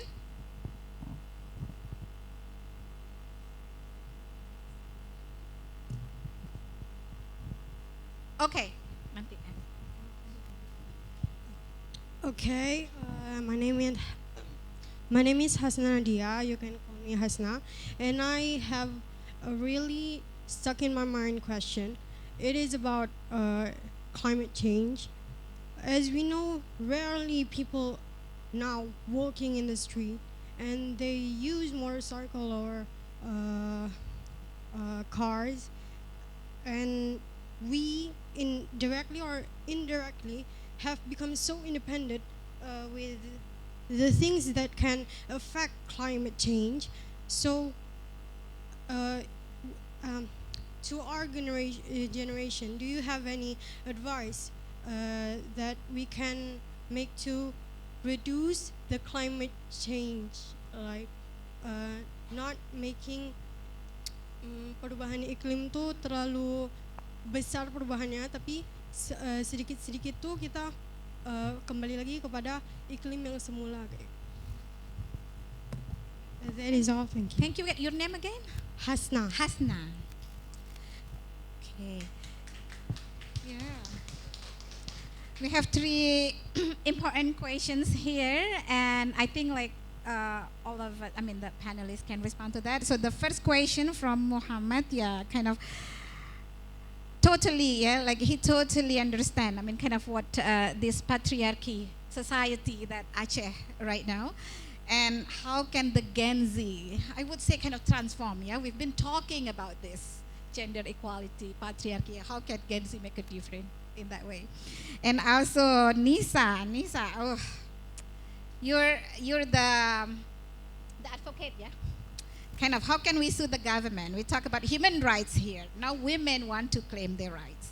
Yeah, so this is also interesting. Maybe Dr. Jun also can say something about that, since you also fighting for indigenous right? And also the last one from Hasna. So this is like to action, yeah? From theories now kind of to action. How can we reduce climate change? Indeed, like it's so big, but is there something that we can do? We can start by ourselves, like in our daily life. So Dr. Jun, you want to start first? Or, okay. This is tough spot, to be the first, but I'm sure my fellow speakers will have more to add. Thank you. Those are 3 amazing questions. It was really exciting to hear the breadth of thought that you put into it, and also your responsibility. So actually what I'm hearing is for every single question was about your own responsibility as a generation. So thank you so much. Rather than telling us what should we do, you're asking what can we do?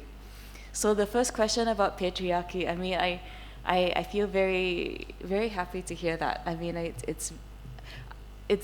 didn't expect to hear, it's amazing to hear this coming from a Gen Z in Aceh. I mean, your question is like on par. You can be like someone from New York who's saying this. It's just exciting to hear this. So, I mean, I'm sure you are well versed about the world events today with the US and Donald Trump, and all the things they've been talking. And I was just thinking after what Dr. Julia was, and I was thinking of what I said about in Malaysia, sometimes the government will say feminism is a Western agenda. Well, I'm thinking when we hear Donald Trump today, what if patriarchy is a Western agenda, right? Because think back about, again, you go back to your parents, your grandparents, and ask, what was it like then, way back? How did we respect both, men and women? And understanding that, for example, women's roles are not necessarily formalized, but the leadership is always there. So what happened that we hear today that, for example, our women's roles are less visible, and not uplifted in terms of leadership.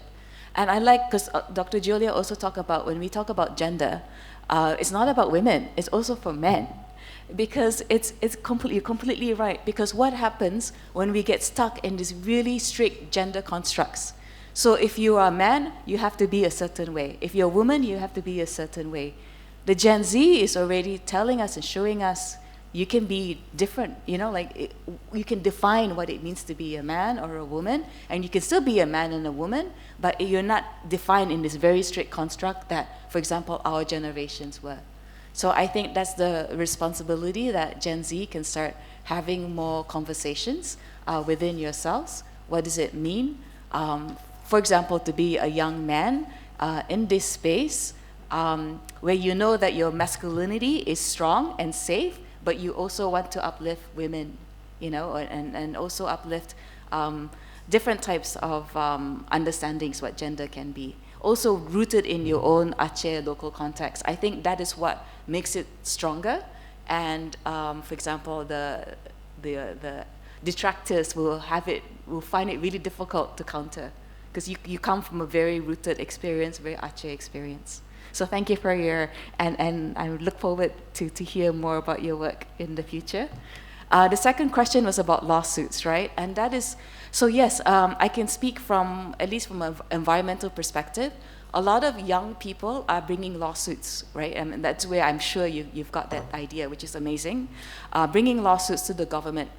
I don't know yet about women particularly, but I know, for example, in the context of Pacific, young people are bringing lawsuits against I forget whether it's the governments or through like the global north. What is your responsibility that has led to climate change today? So the lawsuits are really interesting and very important, because it's not so much about whether you win. Of course, winning is important. It's about bringing a particular issue into the highlight, into the mainstream society. Because it's like what our discussant is saying, we need a paradigm change. So we have to have a change of mindset where we're questioning these things so that when we come to a certain point, we'll be like, why did we think that climate change was acceptable?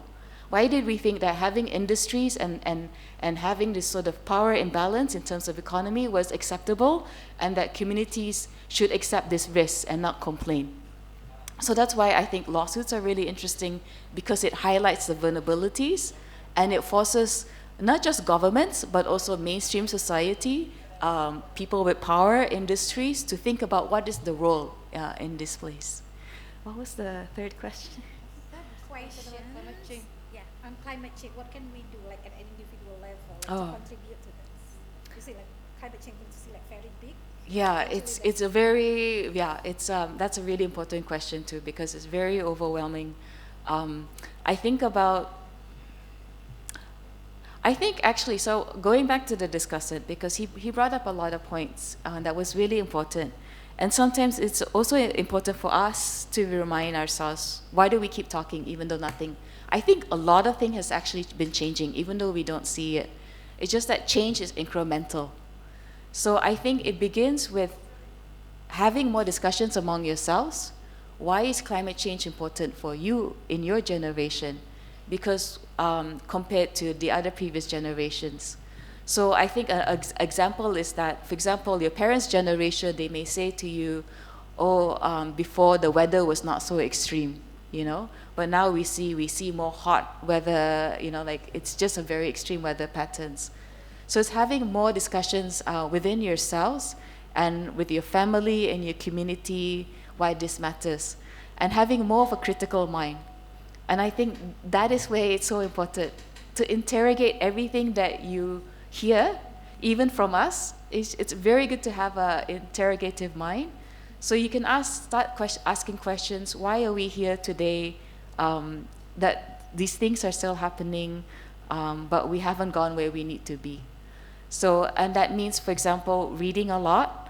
I know now with AI, sometimes reading gets really problematic, but I think stories and books, you know, going back, what's been written, is so important to the source. I know this is a bit left field, but AI sometimes it just summarizes, and it doesn't give you the critical thinking that you need to have in this space.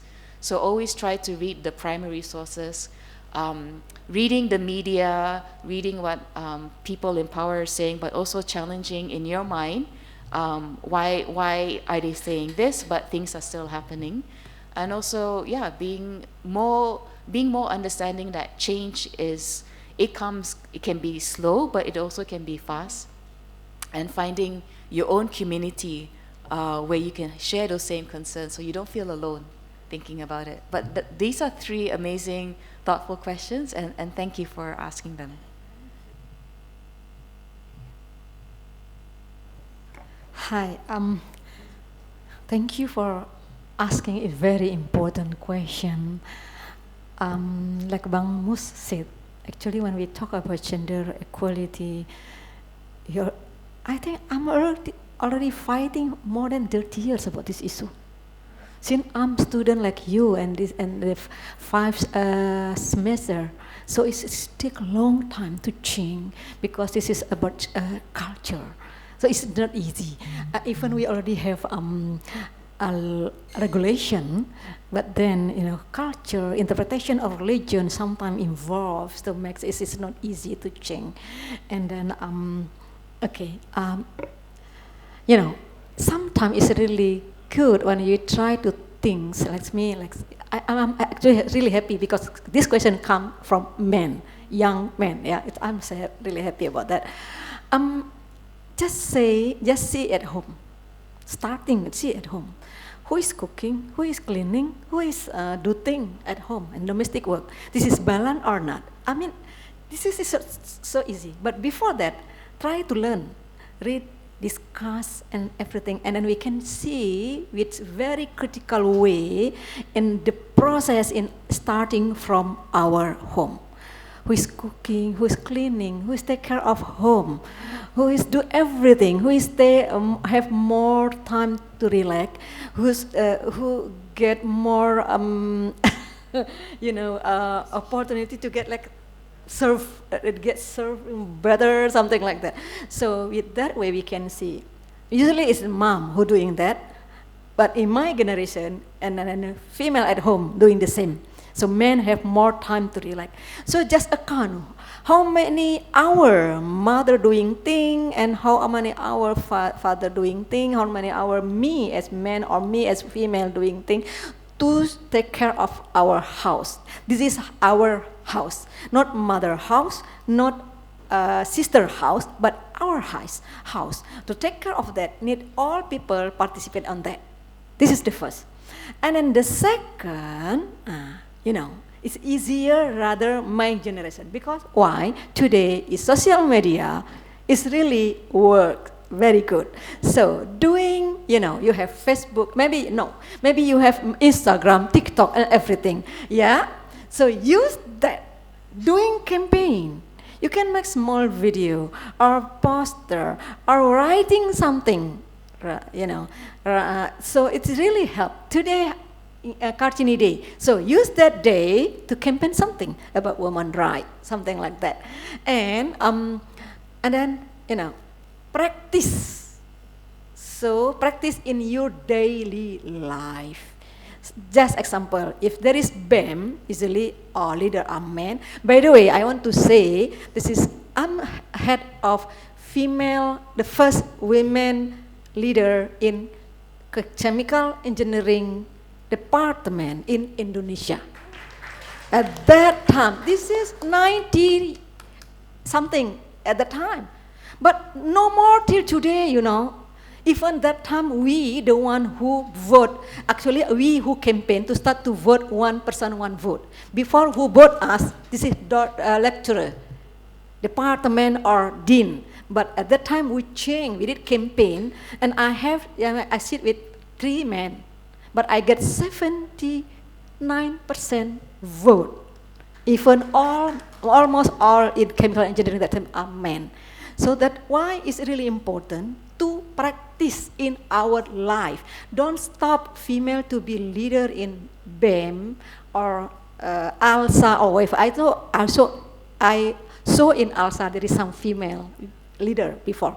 And then second, give women your college opportunity to be speaker. All male panel not good at all, but all female panel is just for what we call affirmative action. Yeah, but our male panel, no way. We have to change that. Yeah, and then another. If you see some people doing, it is just daily life. You see chat, usually in men group, see FHUI. This is very serious issue. People can show even that. So if you see some sexual harassment even in writing, talk friendly with your friend, don't do this, blah, blah, blah, blah, blah, blah, blah. So not just punish, but discuss why we can't do this. And even female, they can't sexist too. They can't do the same to the men. No, because gender is equal for men and men. So just try practice in your daily life. It is more helpful. So this is some small idea. Of course, I know you have so many kind of idea, maybe better than that, but you can try. Okay, about the Su government, I think it's really important if there is some of them doing that. At the first, in our constitutional, already mentioned, actually, we have right, yeah, because in some chapter, you are from Fakultas Hukum can see, there is, we have a right to life in great environment, right? This is the basis. And you can see some like about human right law, and then about what kind other. I have to searching because I can't remember our law. Yeah, this is like law number 32 about perlindungan lingkungan hidup, or 39 about hak asasi manusia, or 24 about tentang penanganan bencana. That is already there because they said that in penanganan bencana, government have responsibility, so they can do that. You can doing like what we call class action. Maybe you can do citizens lawsuit, or you can do like gugatan melawan hukum even. So then what student can help? You can do campaign more about that, including when there is somebody take concern about this, you can bring to apa ya, yang kampanye sama-sama tanda tangan itu namanya? Yeah, petisi. Rob, sorry, I forgot about that. Yeah. So you can help that, you know, or encourage them. If they do that, of course, somebody from lawyer has to support, because you know it's really need support for do this. Many of them still hungry, so it's not think about this way. But this is important if somebody do it. And then the last question, actually, is a bit familiar with gender issue, but this is about climate change. I think maybe you know about Greta Thunberg. This is the young female who's starting a campaign in Sweden every Friday, standing in front of Parliament to bring the issue. This is just the way, but just easy one. Remember our university, when you start to come to Unsia University, and then you have the day when you get what we call Pekan Baru. Remember? What is that? You have to be Tumblr. So I saw some of you. So this is, I mean, it's just small thing, but it is really important. I mean, what we can do, starting for your day of life. Sampahmu, masalahmu. So bring your own sampah to your home and take care about that. Don't throw away anywhere, something like that. Tomorrow, Hari Bumi. So doing something, campaign, or join with other planting, and then bring it the bigger issue. I want to show, like, sini have Sifa, stand up, Sifa, please. Sifa starting support us in climate change, and then she doing like, thank you, Sifa, like postcard, and then you know, talking in YouTube and something like that. This is young people can do it, and then you know we can do it as group, you know, like, or individually, or join in UKM, and then even if in Syiah Kuala we have program what we call material about kewirausahaan. So try to do start up with green issue. Yeah, so just starting with your life, daily life, and then you know, if you buy something, food just enough for you, not throw away, and then use your Instagram to campaign. I mean, I use myself my Instagram to, you know, sometime to bring this issue for campaign and to get more people aware about that. So if you can start for small thing, daily life, yeah, this will help you. Then when you saw something very big, you will support for, you know, change the, let's say, policy or even something like that. So, but everything start from you, yourself. Take care, you know, doing things, not just speak, but do it. This is more important.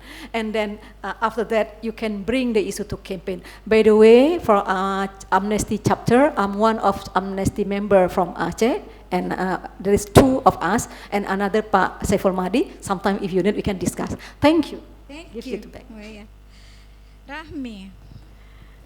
Just small add, as two panelists have talked deeper and gave a lot of tips and tricks how to be amazing Genzi like you guys. Oh my God. Yeah, first, I will be just, yeah, when we talk about Muhammad's question, I also think the same when Mohammad question asked, and then I saw a face of Genzi who really care about the gender balance, and we hope more men can do or can be like that. So yeah, by having that kind of question, you always question yourself how to have understanding and gender balance. between man and female in many contexts. So that's why if you have good understanding on it, you will also find the fact that women right now have least visibility, and that's why we have to work for that together. And you guys are most of you here are Gen Z, which is known as technology savvy, so you have better understanding about how to use technology in campaigning. So that's like Bu Aya and Dr. Jun have said, you have amazing potential, you can do many campaigns online, and it worked a lot. Back to my experience in doing lots of campaign during the disaster after disaster, we were helped by some Gen Zs who make some viral videos, and this can open many people's eyes about what happened on the ground, what happened in Aceh Tamiang, what happened in Aceh Tengah, what happened in Nagan. So that's just a kind of example, and I know you have more potential, you have bigger potential. You just need to find out what you have, what's your strength, and then do your best to contribute more. And yeah, having more discussions. We never get bored in discussing good things, even we do not get the result instantly. Maybe the result will be not mine. It will be useful for other generations, maybe. But as long as we can do the good things, it will be good deeds for us. That's the things that I'm doing since I was at school, and then I like to go to the discussion like we are having today, and yeah, do whatever the best thing that we can do to contribute more. Talking about what can we do to reduce the climate change, because I'm working also in this kind of work. Two things that I can say that start small and start empowering. Start small, like previous panelists said, that you just need to be aware of yourself, aware what you have used. Like I myself do, I recycle the plastic that I have used to be eco bricks. So someday if you pass Pakan Banda, you may go to my house. Yesterday the team of the Habibie Center went and visit eco bricks that we have made. That's the way I and my family and other volunteers of Rumah Relawan Remaja did to recycle the plastics that we have used. And yes, of course, I am also happy to see many tumblers here, and also good things. Even we are using cups, using bottles for our drink. And yeah, start small, then start empowering. If you have deeper understanding in tackling the climate issue, then empowering others, you can use your technology skills to do that. I think that's all from me. Since I am the last one, so it's already said. So what is left for me? Okay, Muhammad ya. Muammar. Okay, Muammar. Can you mention at least seven women heroes from Aceh? Heroes. Malahayati, Cik Nadine. Okay.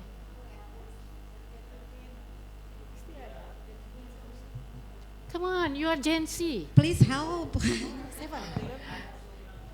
Others, can you help him? Help your friend. Cut Merah Intan, okay.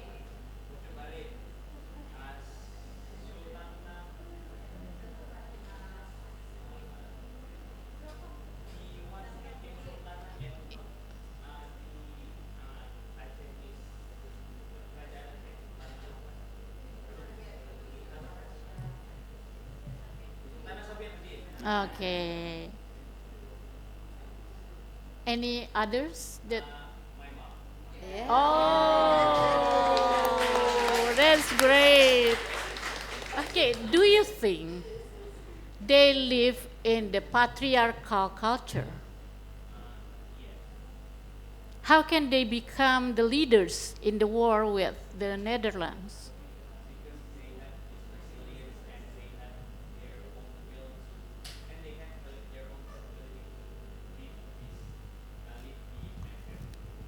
So at the time, are there any norms, values that obstructed them to be leaders? So if there are, so they cannot be leaders, women leaders at the time, right? Yes, but they break the norms and they prove that they are worthy enough to break the norms. Okay. Can you mention, all of you, what are the enabling factors that can make these women become leaders at that time? So you can reflect it to the modern days right now. Mention some factors or one factor. Help Muammar. Because I'm not doing the ujian, right? It feels like ujian actually. Oh, okay. It's just a chit chat between mom and son. Okay, do you think there are some supporting factors that can make them great leaders, women leaders at that time? Come on. Yeah. Louder, please.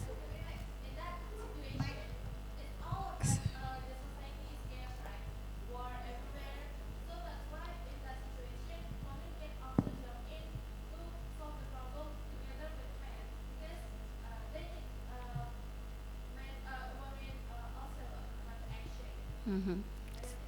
What about today? Today is also chaos, right? Oh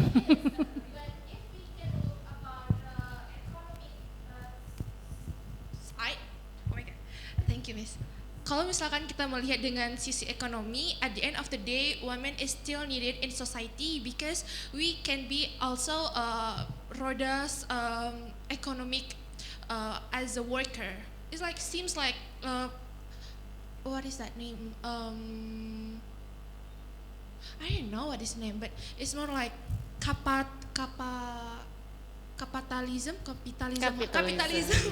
capitalism system in Indonesia. We also have to agree that capitalism is access in society. So that's why society or even like economy need women also for being a worker at the end of the day. Mm-hmm. That's what's my perspective. Okay, can women be a leader? Yes. So does patriarchy prevent them to be leaders?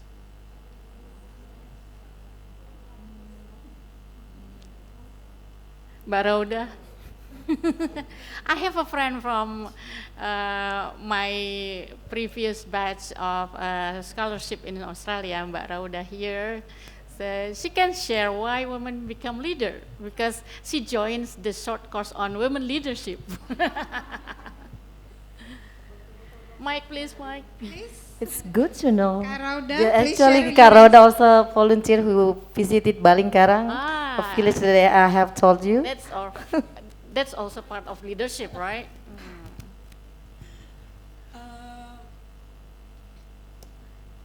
Dari pertanyaan Bu Debbie ya, apakah perempuan itu sekarang jadi leader?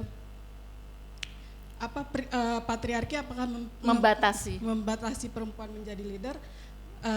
Sometimes of course, but patriarchy is prevent the woman to be a leader with the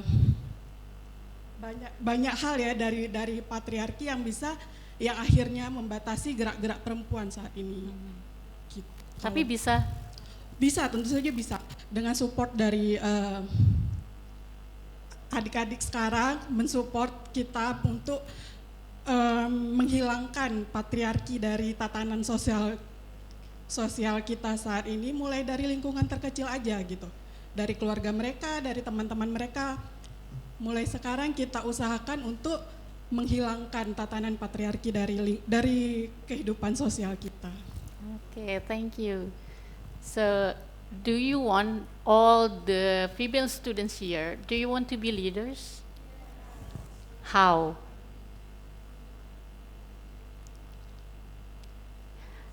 I want to be a leader, that's the dream. So how I achieve that dream? Working hard, and then brave, courage, What else? Capability. What else? Support. What else? Pray. Okay. That's the biggest thing, yeah. Okay. So patriarchy for me is not a problem. The problem is our mind. If we are restricted by the mind of being thought that because I'm a woman, because there are some values, there are some norms that limit my movement, so you will not be free with your own actions, with your own thoughts. So the first thing you do is just free your mind from any restriction, any obstructions, including patriarchy. So if your mind is free, you can do anything. You can be someone, you can be a leader, you can be any, any functional things in your society. So that's why for Muammar, just treat the woman nearest you, be gentle to them, and then respect them and share the duties. Sharing bukan berarti memonopoli, right? Okay, you can share any duties at household chores or maybe in the societal activities and others. And then if you reflect back to the national heroes from Aceh, so we can see that those women leaders, they can do anything in those chaotic things during the, penjajahan, colonialism. And you think we can see that those men, they are there, right? They were there, but they gave support for these women leaders. So it means you just have to make a room. You just give space to women to, to express their potentials, and then they can contribute anything, and then provide a room also for dialogue. You can have many things to discuss, and then from the free dialogue, the equal dialogue, you can set common goals between men and women. Is it clear, Muammar? It's just like in a class, right? Okay, second question. So can we sue our government? The question is, do the government really exist? Does the government exist? Because the government is not present during the disaster time. How can we sue those who are not exist? You can do something like Kak Aya said, a lawsuit, citizen suit, class action, but it wastes of time and energy. We just do our own thing and then just,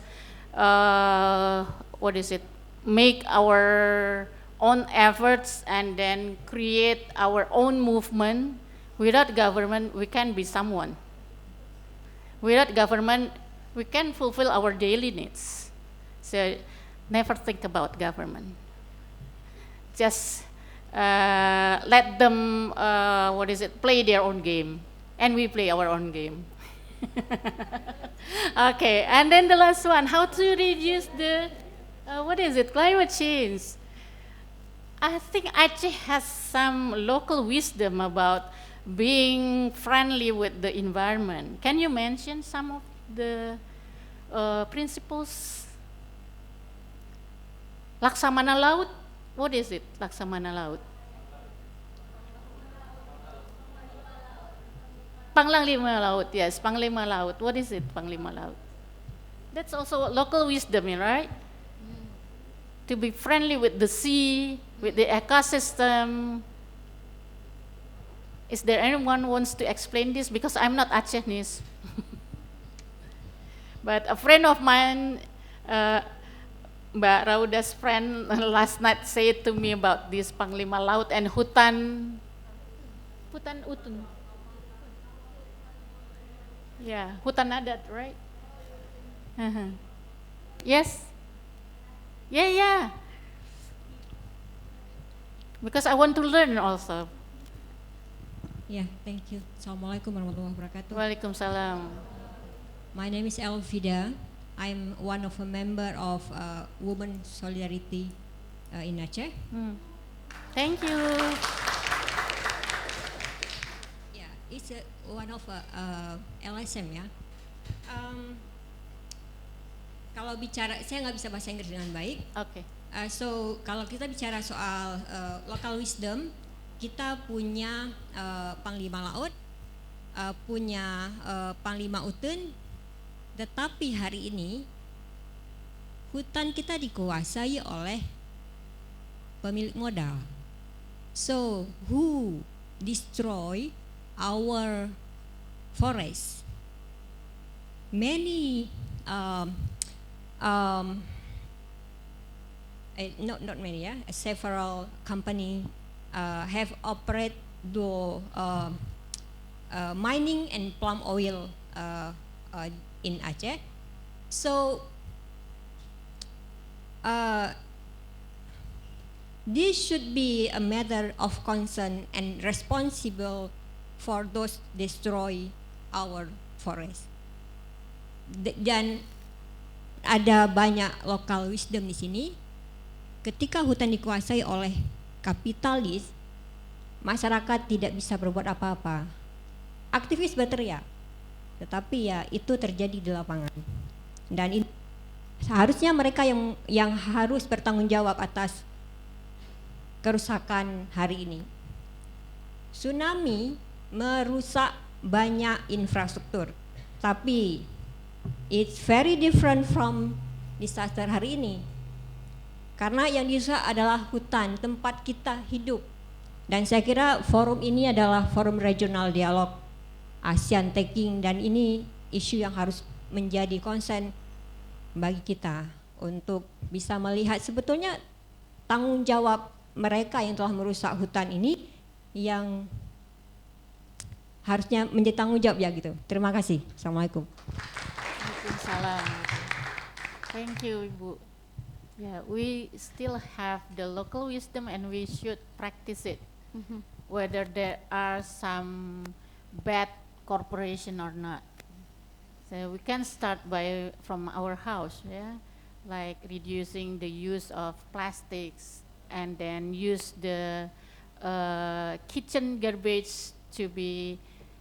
Okay, time is up. Okay, thank you. So just starting from your home and then start selecting the garbage, and then once you become someone who has the responsibility to make decision, so you can change the system. So that's all. Thank you. Assalamualaikum warahmatullahi wabarakatuh. Waalaikumsalam warahmatullahi wabarakatuh. Thank you very much, Mbak Debbie. It's unbelievable, like 3 questions, yeah, enough kind of to have so much insights, yeah. And I just want to mention one thing about that. How can you start with just climate crisis, yeah? The Habibie Center, we publish a book, Climate Action 101. And that's actually kind of the work that we're doing. I mean, we have the book, and now we've been kind of working on socializations. We've been kind of invited in many different forums, kind of to promote the book. And we really want, actually, unfortunately, I don't bring even any copies here, but actually it is available online. So you can kind of try to Google Climate Action 101.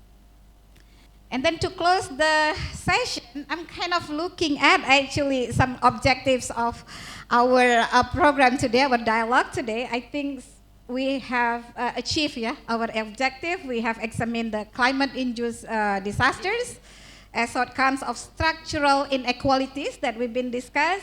We're talking about patriarchal governance. We're talking about extractive political economy, and we really like discussing like very critical.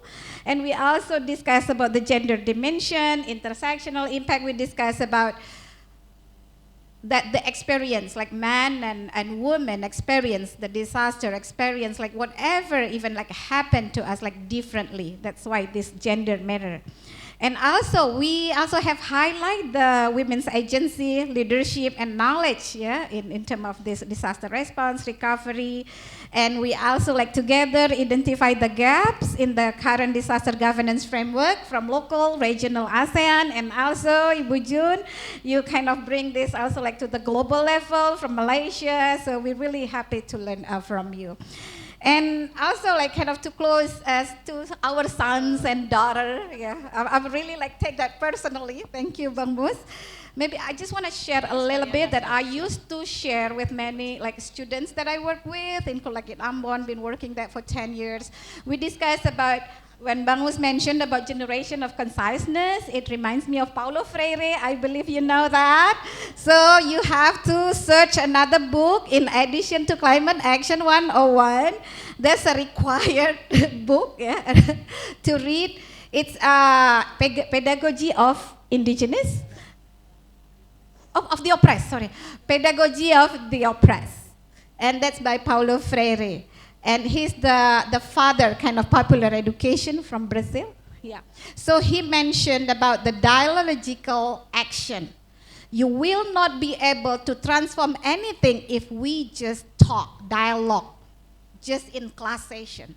You have to do action. So action and reflection that has to be continued constantly, that we call praxis.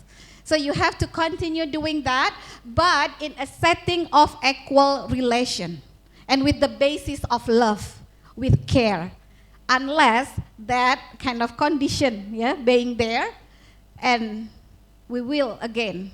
That's going to be very sad if we have to repeat the same problem, like even like for your future children, let's say. So you are like really the young generation today, inshallah, yeah, you're gonna make this like what we discussed here today, the dialogue today, and put it into action. So in that note, we end this session, and we will have like kind of workshop session, yeah, at 2.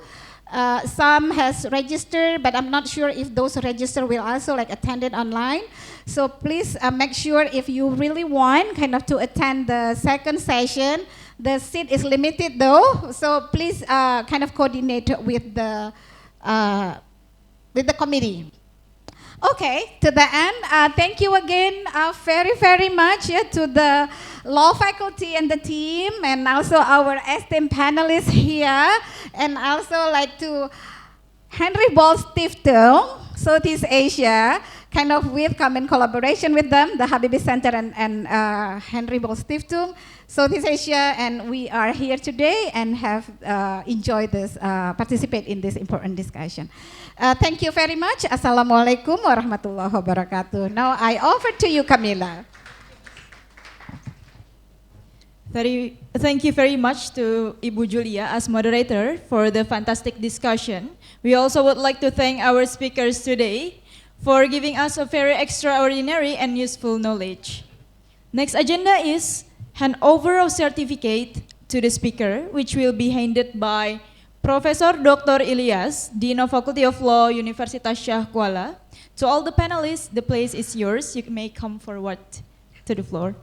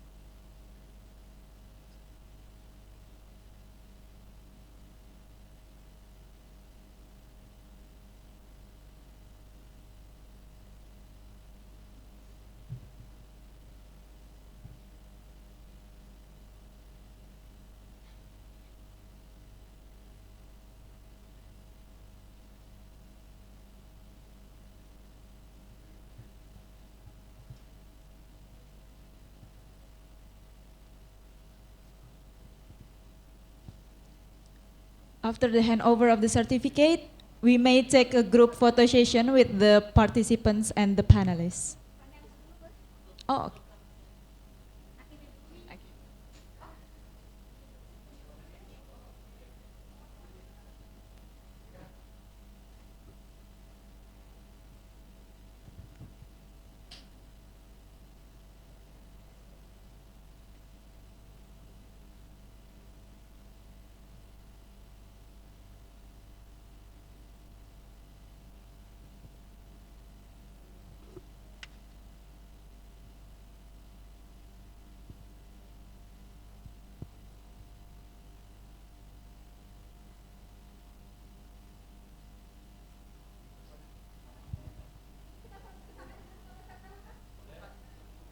Okay, now let's take a group photo session with the participants. For all the participants, you may stand up.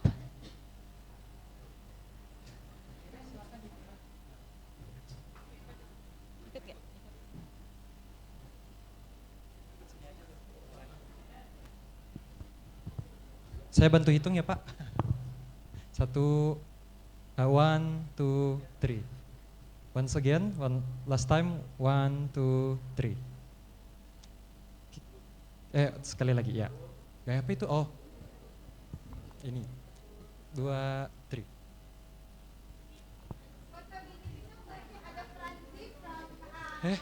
Fransi.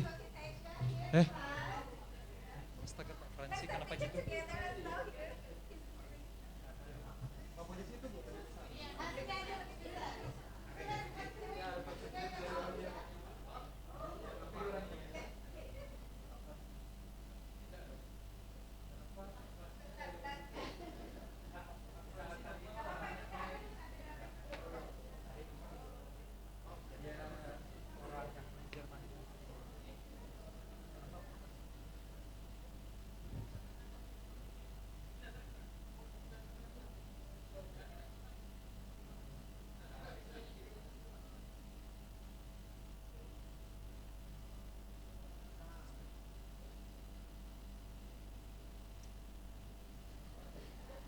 I would like to thank our speakers who have provided useful knowledge, and thank you to the participants who have attended fully and actively.